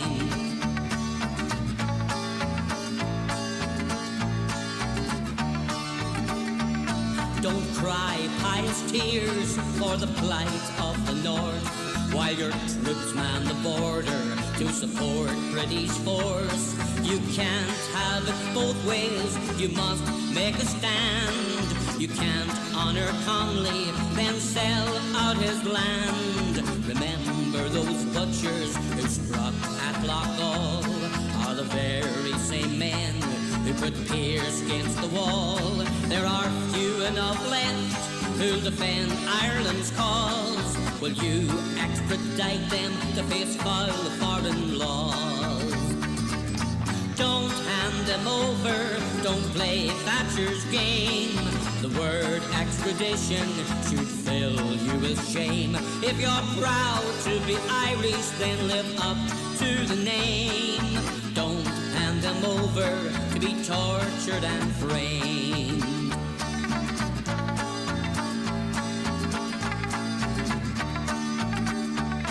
The whole world now knows of Britannia's shame. How Mairead, Sean and Danny in Gibraltar were slain, and young McInnesby on the border shot down as he innocently walked to his own Gaelic ground. So south of the border, let your voices ring clear, lest your politicians should turn a deaf ear. It's you have the power, in your name they stand. It's you who will have Irish blood on your hands. Don't hand them over, don't play Thatcher's game. The word extradition should fill you with shame. If you're proud to be Irish, then live up to the name. Don't hand them over to be tortured and framed. Don't hand hand them over, don't play Thatcher's game. The word extradition should fill you with shame. If you're proud to be Irish, then live up to the name. Don't hand them over to be tortured and framed.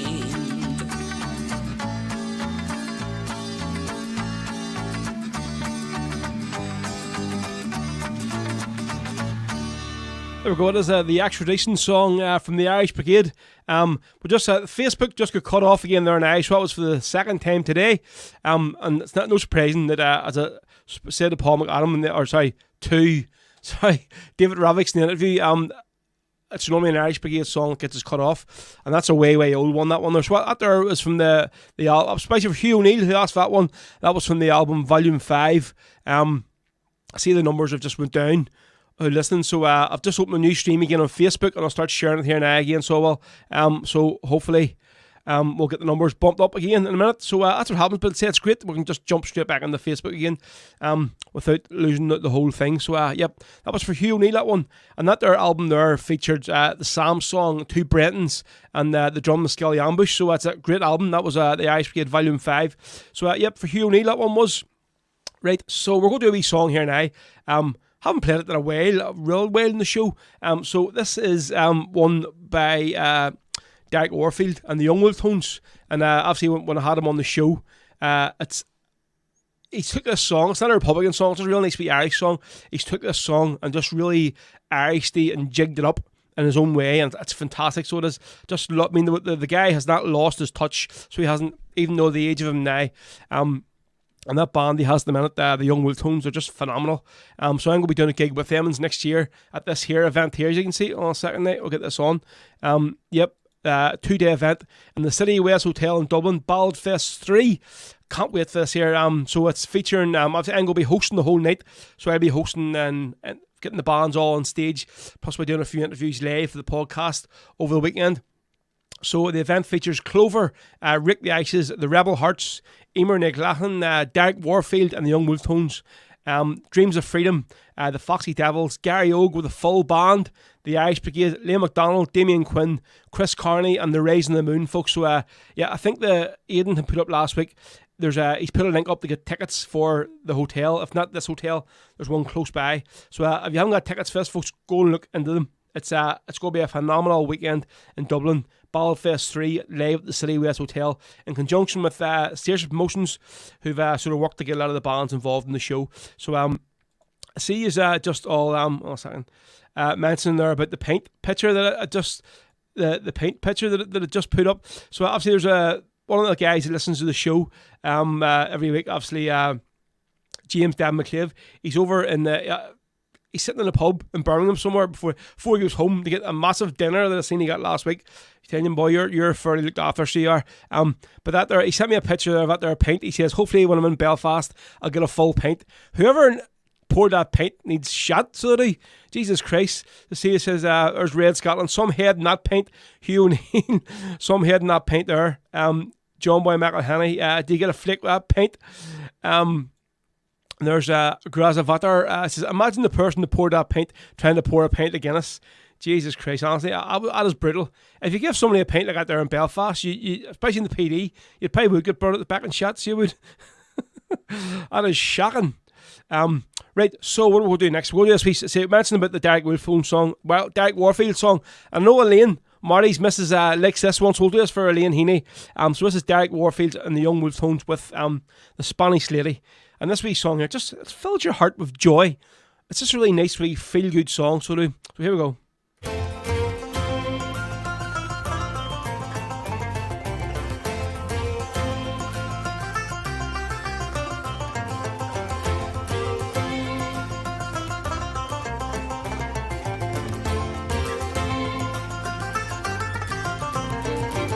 As I rode out to Dublin City at the hour of 12 of the night, who should I see but the Spanish lady washing her feet by candlelight? First she washed them, then she dried them over a fire of amber coals. In all my life I ne'er did see a maid so sweet about the souls. Whack for the tour-a-lura laddie, whack for the tour-a-lura lay, whack for the tour-a-lura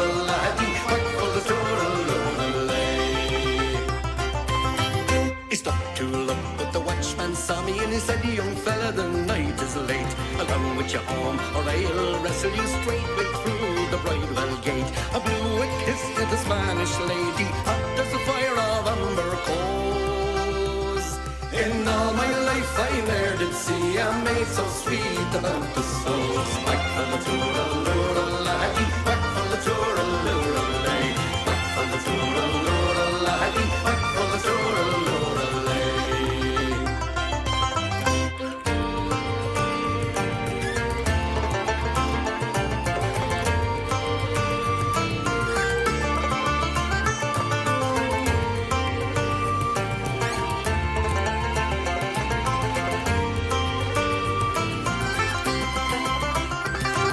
She's no much for a puddle squaddy with her ivory comb and her mantle fine. She make a wife for the provost marshal, drunk on brandy or claret wine. I got a look from the Spanish lady, hot as the fire of amber coals. And all my life I ne'er did see a maid so sweet about the souls. Back for the tooraloo-laddie, back for the tooraloo-lay, back for the tooraloo-laddie, back for the tooraloo-lay. As I went out through Dublin city as the hour of dawn was o'er, wish should I see but the Spanish lady, I was weary and footsore. First she coaxed me, then she chid me, and she laughed at my sad plight. And all my life I ne'er did see a maid so sweet as on that night. Back for the tooraloo-laddie, back for the tooraloo-lay, back for the tooraloo-laddie, back for the tooraloo-lay.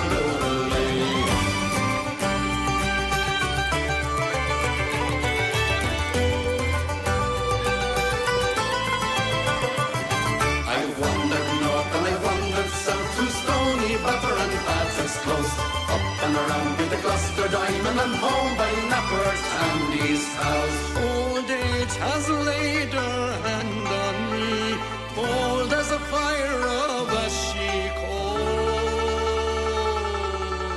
But where is the lovely Spanish lady, neat and sweet about the soul?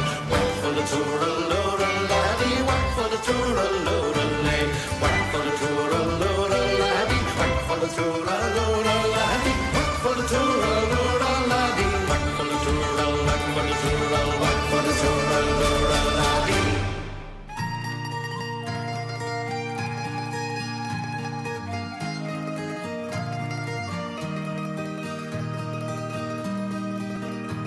I'll tell to you the story of one of Ireland's bravest sons. His name is P.P. Rooney. In St. James's life begun, he was born into a conflict of oppression and of shame. So he took a stand for Ireland to break those English chains. So we'll sing of P.P. Rooney from St. James's by the Falls, that fearless fighting soldier for Ireland gave his all. No more we'll see her smiling face, that face that we all knew. You lived your life for freedom's fight and for Ireland's 32. He watched his brother Daniel die, murdered by the crown. This spurred his fight for freedom. Us crappies won't lie down. He joined a fair errand at 16 years of age, and soon became a volunteer in the Belfast Brigade. So we'll sing a P.P. Rooney from St. James's by the Falls, that fearless fighting soldier, for Ireland gave his all. No more we'll see her smiling face, that face that we all knew. You lived your life for freedom's fight and for Ireland's 32.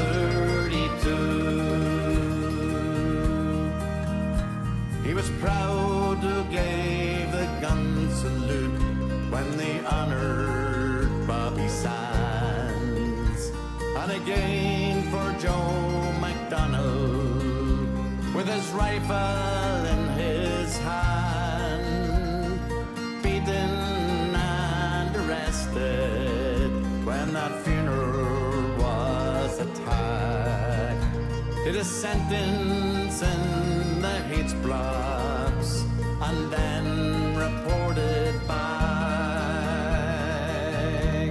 So we'll sing a P.B. Rooney from St. James's by the Falls, that fearless fighting soldier, for Ireland gave his all.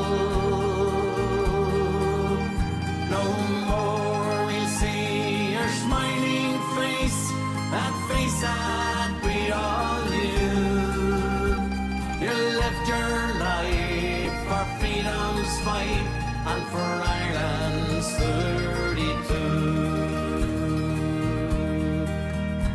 The fight for Irish freedom led him overseas to England and to Europe for Ireland's liberty. He was over in Gibraltar with his comrade Dan McCann, who was murdered with Mairead and Sean far from their native land. So we'll sing a P.B. Rooney from St. James's by the Falls, that fearless fighting soldier, for Ireland gave his all. No more we'll see your smiling face, that face that we all knew. You lived your life for freedom's fight and for Ireland's 32. You lived your life for freedom's fight and for Ireland's 32. Folks, we've got this Damien Quinn there with the Ballad of Peter Pepe Rooney. Actually, I've done a gig there a couple of weeks ago. Was it was it last weekend? Yes, last Friday night. It was actually up in the Balmoral. So it was like a presentation for all the families that were involved in the cages in the CR gas tax. So I was doing a few tunes afterwards. So it was, and I played that song there, and obviously a lot of people from West Belfast knew who Peter Pepe Rooney was, and there wasn't like a just silence listening to that song. Obviously there is that song was especially for Peter, was he, or for James, who says Damien Quinn's probably his finest work. The man is a legend. Yeah, I told Damien this myself. I says honestly, when he first put this song out, I said, Damien, I've been listening to you for many years and all whatever and stuff, and this is your best work to date. So it is. It's a fantastic song, and obviously it's just written about a legendary volunteer, Peter Pepe Rooney from St James's. So it was. So right, let's see what we'll do now.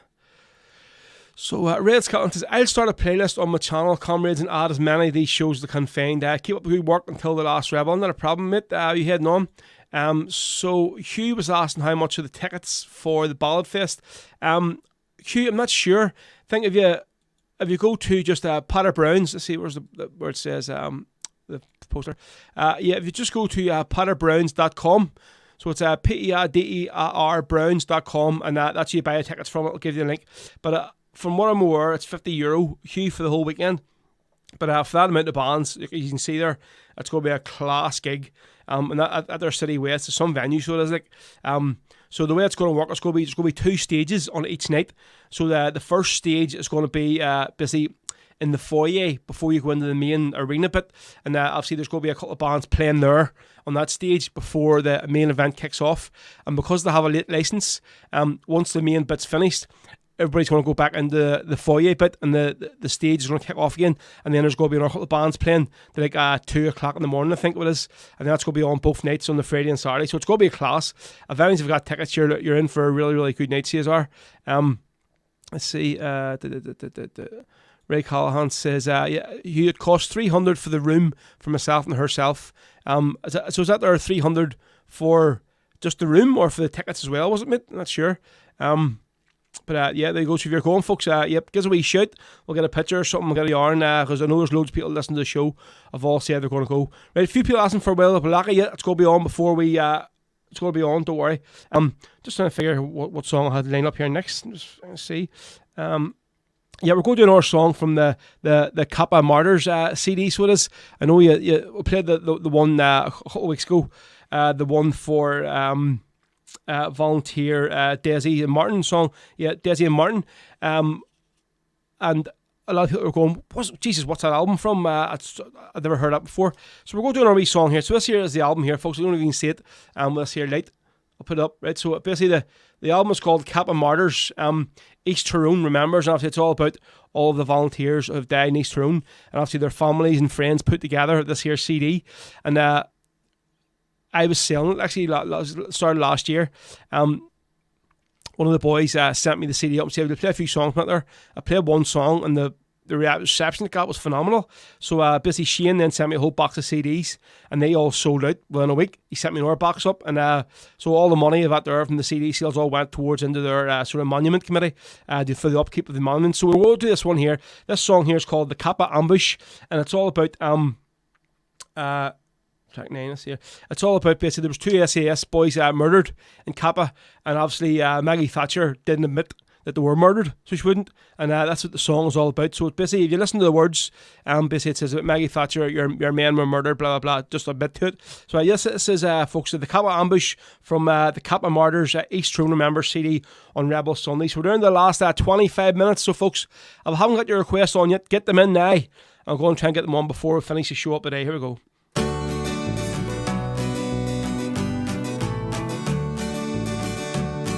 There's a place in dear old Ireland, in the county of red and white, where the Irish men and women there, they never give up their fight, where the only army allowed there are the ones they call the Ra.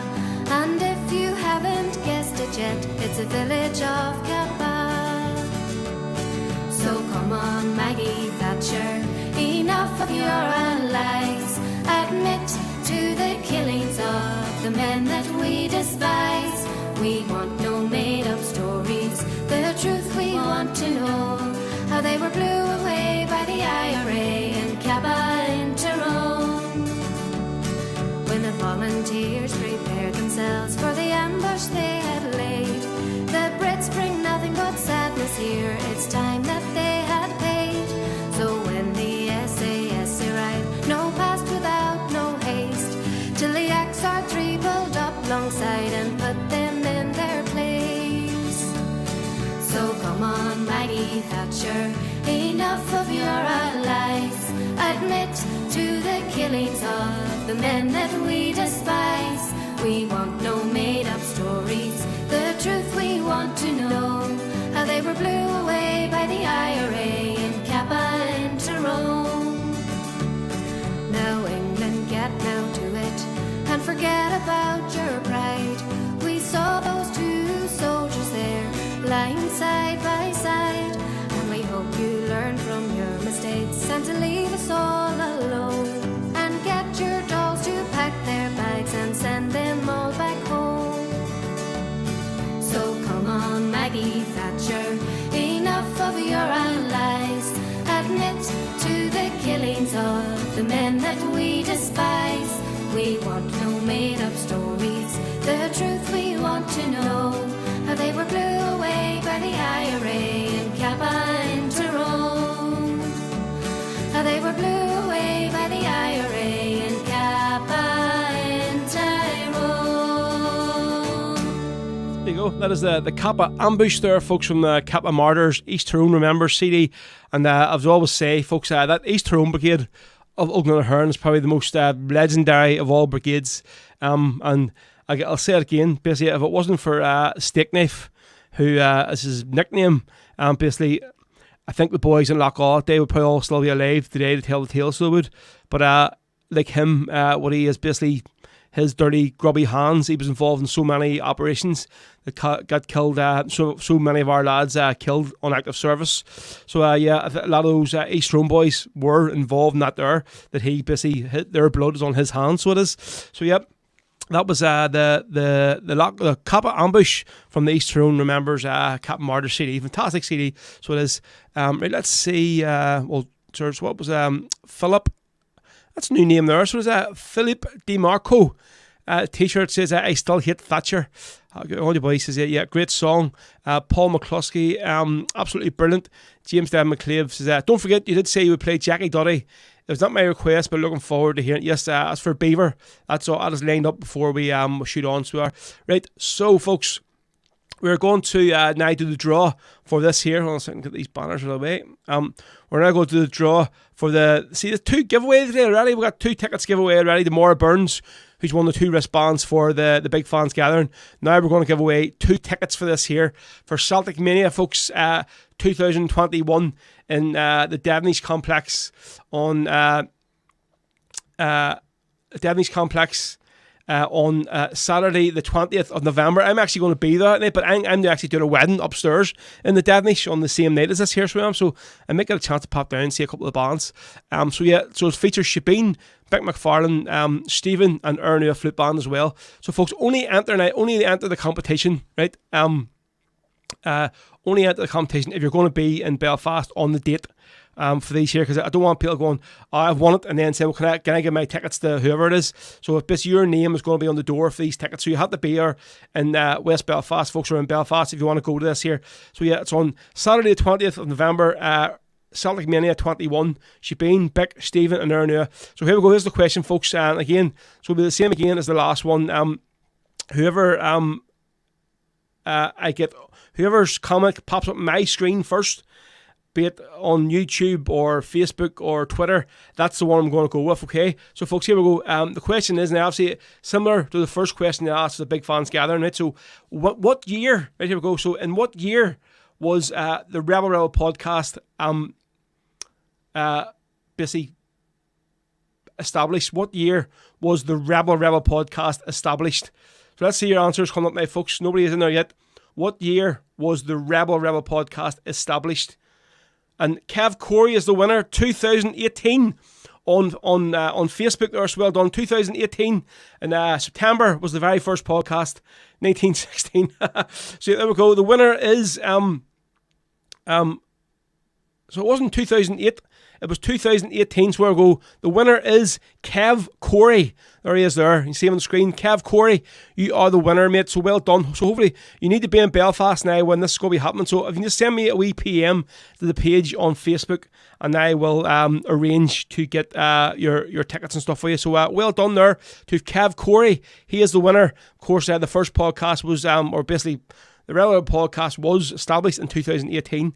The first one went out in September 2018. So well done. There you go. They're all flying through now. So well done to the winners today, Maura Burns and Kev Corey. So folks, again, so not next week. The show isn't going to be on, but the week after, I'm going to have another 2 wristbands to give away.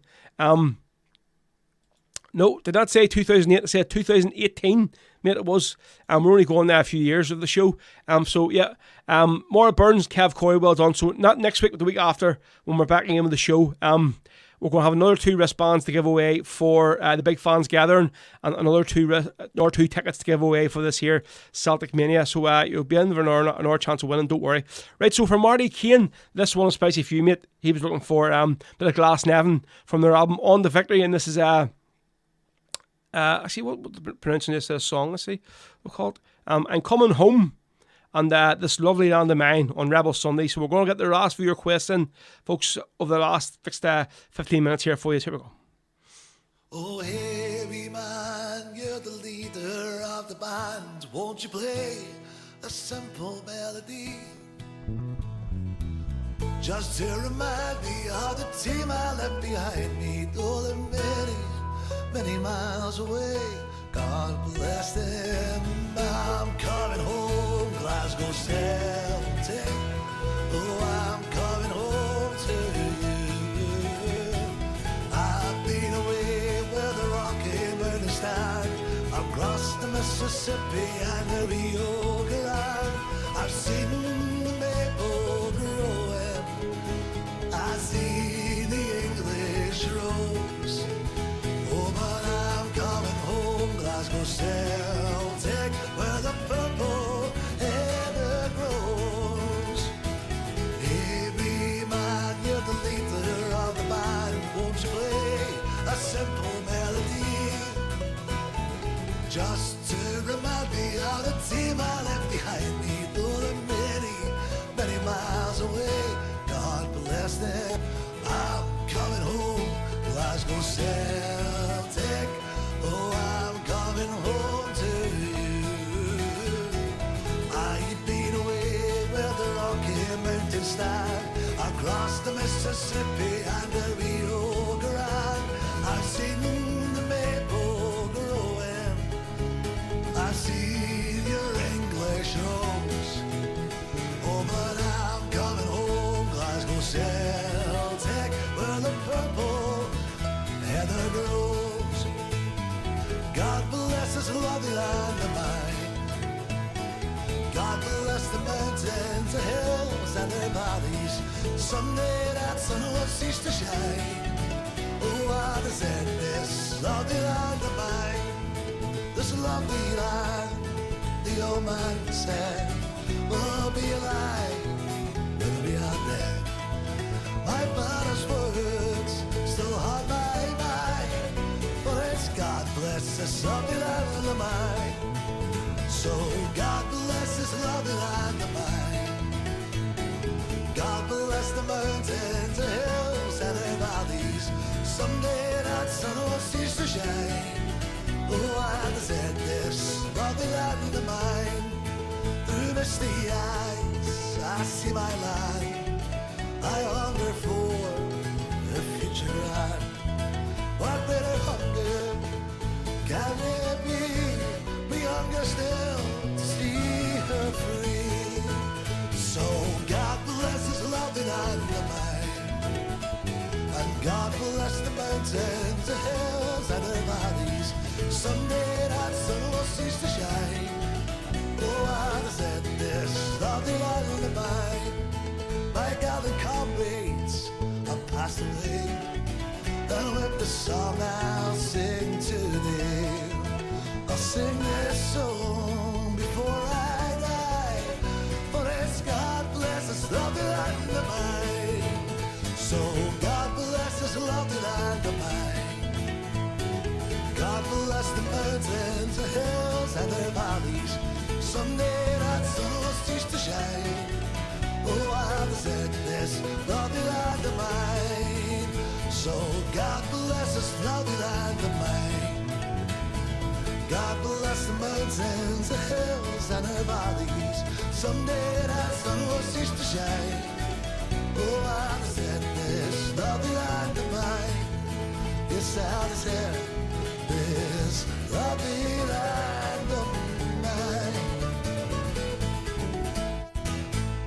Yeah, we got that as Glasnevin there for you with their album On the Victory. Especially Marley Kane, that one. So it was I'm coming home, and God bless this lovely land of mine. So folks, we're in the last few tunes of the day, so we'll have go try and fit in as much as I can. Chris Donovan says, yeah, lovely singing by Glasnevin, such a powerful singer as Conquerors, definitely is indeed. Connor Kelly, what a singer he is indeed. James Devon McLeod says, I know it's still 6 weeks away, but do you know any bars in Belfast showing Coventry versus the almighty West Brom? 12:30 kickoff on the 4th to the 12th. Well, mate, is it on TV? If it's on Sky, whatever. I'd say most bars would show it if you're going into. As long as there's no other games on, like Clashing, I'm sure they will put it on for you, mate. So I'd say you'd be alright. If it's on Sky or BT, it's probably on Sky. BT don't show the Championship games. If it's on Sky, I'd say most of the bars probably would be showing it if you went to. So you must be up over pretty early in the morning anyway. Yeah, it's on Sky. Yeah, mate. I'd say if it's on Sky, anybody you go into will probably put it on, providing there's no other sort of match that might clash with. Right, so here we go. This one, a few requests for this one today. We haven't played Spirit of Freedom version of this song in a while. This Spirit of Freedom with Farewell to Balahi, McElwee's Farewell.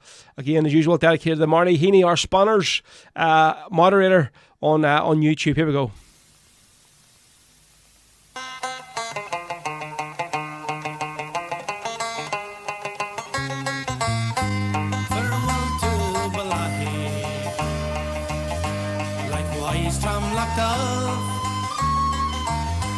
And the green hills of Derry that I dearly love. My thoughts which turn to you from my dark age block cell. Sufferings and brave comrades, I bid you farewell. For hundreds of years now we've kept on the fight, and the history books told me of Ireland's plight. So if gallant Francis, I follow the cause to conquer the tyrant and defy England's law. To the hills of South Derry you marched and we drove, to our exploits and action all Irish you drove. Most feared men in Ulster, volunteers on the run, we give England her answer from the barrels of our guns. So farewell to Balahi, likewise Tramlock Dove and the green hills of Derry that I dearly love. My thoughts which turn to you from my dark age block cell. So friends and brave comrades, I bid you farewell. Oh gallant South Derry, you're forever blessed, and you struggle for freedom, you've given your best. There's shoes and there's baits on, there's Sheridan and Lee, and inscribed with their names now, brave Tom McElwee. So farewell to Balahi, farewell to Balahi, likewise Tramlock Dove, likewise Tramlock Dove, and the green hills of Derry, and the green hills of Derry that I dearly love, that I dearly love. My thoughts which turn to you from my dark age blood cell. So friends and brave comrades, I bid you farewell. Yes, friends and brave comrades, I bid you farewell.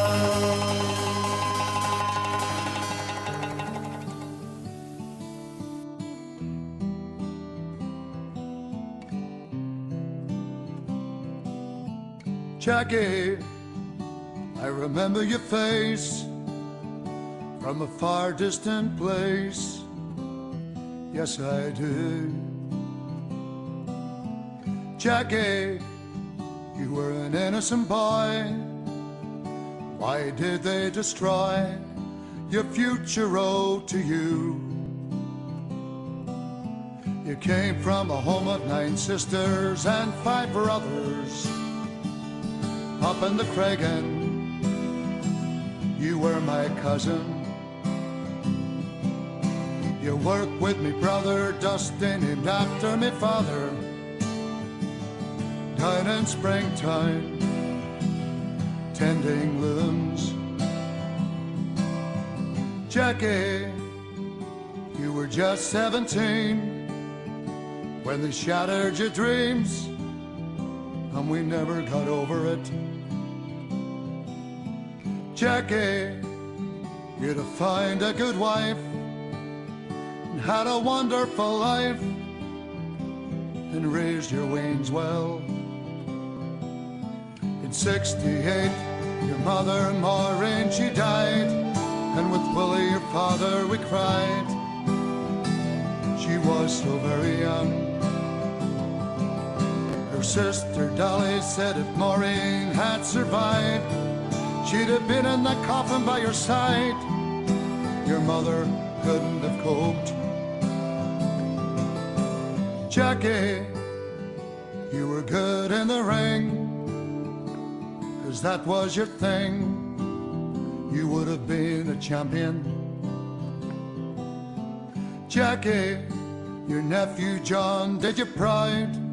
He's recognized by the crowd as fulfilling your ambitions. Your face is painted in murals down in the bog, and I pray to God that you'll not be forgotten. That day in 72, it's etched on our minds, the day that innocence died. They called it Bloody Sunday. Jackie, there were 13 others as well, more unfinished stories to tell. Jackie, Jackie, Jackie, our Jackie, Jackie Duddy. On a summer's day in Derry in 2010, thousands gathered again, and the world had gone. The British government said sorry and admitted they're wrong. The clapping went on and on, the cheering went on and on. Jackie, your innocence was declared. Your family's voices were heard after 38 years. Jackie, now you can rest in peace. The false accusations have ceased. The truth has been set free. Paddy Doherty, Gerald Donaghy, Hugh Gilmore and Michael Kelly, Michael McDade, Kevin McElhenney, Bernard McGuigan and Gerald McKinney, William McKinney, William Nash, James Ray, John Johnston, John Young and Jackie Duddy.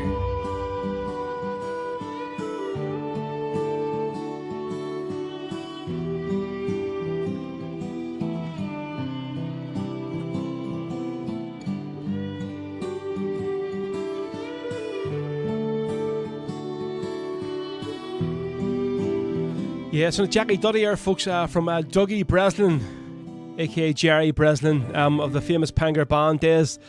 There's his version there. Jackie Duddy, obviously one of the guys who was killed on Bloody Sunday. And obviously Chris Donovan's just said there, she's another new one. To me, this one, love it. Every time I listen, there's something different. And obviously, he's all seen the picture I put up with the big paint there, folks. So James there, he's buggered off to our bar in the road. So he has, and he just sent me this here photograph here. So he has sitting on our paint now. The last paint he sent me, it was a lot better. There's no flakes involved in this one. So James, mate, I hope you enjoy it. He just said, yeah, he's going to be landing over in the Friday night, so he is. So yeah, Grazavatar Otto. Thanks, mate. I hope I'm saying your name right. My apologies if I pronounced it a bit of a bollocks up there. Right, folks, yeah, we're going to finish up here, folks. So thank you very much to all of you who have tuned in today as normal. We're going to be back again, obviously not next Sunday. Maeve is getting christened next Sunday, so had to take a day off that there. I'll stick a wee photo up with the whole family, all me, all stood and booted and all. So, well, sure, he's gonna have a good laugh at me. So, yeah, folks, that's gonna be it until let's see, until next week, the week after. So, after the week after, it's gonna be no guests. It's gonna be back with myself, just the 4-hour show. So, let's see. I'm just looking through all these comments. Yeah, folks. I'm just looking at the ones all here, but the interview, even my mad said, well, I had your armour downstairs. She said, yeah, that guy, he's just so informative. He knows his stuff. And yeah, that's what everybody's been saying. David Rovics, definitely one of the best interviews we've had so far. So, right, Arthur, I've been crying there. So you had, I see, about, where's the comment he had? He's been crying about, he was 1 millisecond off winning the competition, and plus it didn't play didn't play George and Pop well. You see, this is I was going to play it for the very last song. We'll make him play it now for your cheek. Yes, and so whoever's asking about the Twitter handle, it's there. I'm just getting the page up here. It's basically at podcast_rebel. So if you want to follow me on Twitter, it's at podcast_rebel. If you want to follow on Instagram, it's just at podcast rebel. So it is, folks. We more followers we can. Be much appreciated. So here we go, folks. Again, if you enjoyed the show today, please drop us a wee donation. I'm not going over there, wherever it is, up there, something there, yeah, up there, yep. There it is there. Yep, my thumb is. Just scan that wee QR code, or just pop in the email address you're going to. It's just paypal.me/DJ Rowe Show. Or scan the wee QR code there, folks, if you can. It all goes towards helping the show, keeps the lights on, keeps the show going, pays for all the subscriptions I have to pay for to run the show. So anything you can, folks. And if you don't have PayPal, you can just send us a wee donation there by bank transfer. Send me a PM and I will show you the details. So, folks, until that is it. We're going to finish up the show with the brilliant Panger Band, the original orchestrators and writers of this song, the ballads of George and Pop. So here we go, folks. This is Rebel Sundays. That's us finished today. Thank you very much. We'll do the nice anthem around the vein after this song as normal. But for myself, Roe, I'll not see you next week. I'll see you the week after. So thanks very much for joining in. Big numbers today, folks. See you all again soon. Thank you. On the slopes of the Cragan, one morning in May, our lads left their base with hearts young and gay. Their cause was for freedom, a cause long denied, and the foreign oppressor they went to defy. While patrolling our streets, they met with the foe, and with guns at the ready, our lads had to go. So we'll raise up our hands, and we'll curse that British land, who torment the very hearts of men who dare to cross their path. But my heart is broken too. Won't you tell me what to do? They couldn't stop our George and Bob, and they'll not stop me and you. For the place, it went silent when the shooting died down. Two young lads, they lay dead on the streets of our town. Another 2 lives lost for the ongoing fight, and in Derry were mourned on that fateful night. So we'll raise up our hands, and we'll curse that British land, who torment the very hearts of men who dare to cross their path. But my heart is broken too. Won't you tell me what to do? They couldn't stop our George and Bob, and they'll not stop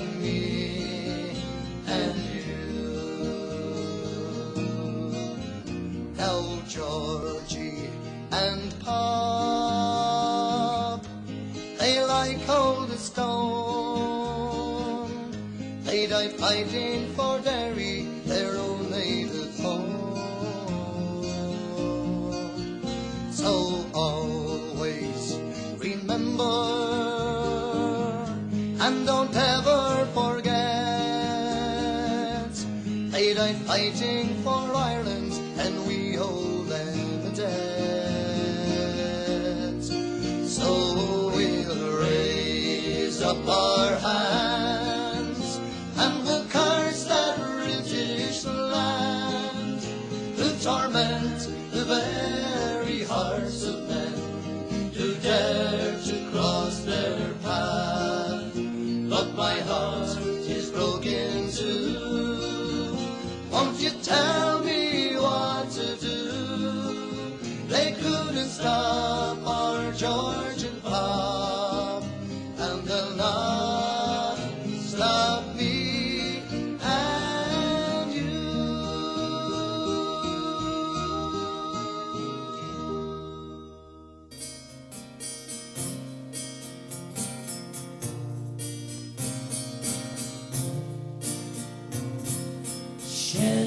Genevieve a taffy alligator, winds are slow, her tender rannicule, they butch face hair, chanting a ginger pasta, the akbar, pantera, knock the top. And dat ein sabarnwell they gan their kell on was no sell they gone their scrape they labag na bile Charlotte cannon around the veil. Thanks very much, good night, God bless you. You've been listening to Rebel Podcast of Rory Carson. To listen to this and past episodes again, and to also check out future episodes, keep an eye on our official SoundCloud page. We're also available on all social media outlets. Just search Rebel Podcast. Bhí sé bh géisteach an sin leis an fád cruúlaí Rebel le Rory McCarson. Le héisteach le seo agus hir hagran a ríis, agus na hagran atá le teach, caisúil ar siú efigil sugin ar SoundCloud, agus táid ar fáil ar gach cinneal ardan ar na main thuisiilta. Ní mór dit ach fád cruúlaí Rebel a chuirda.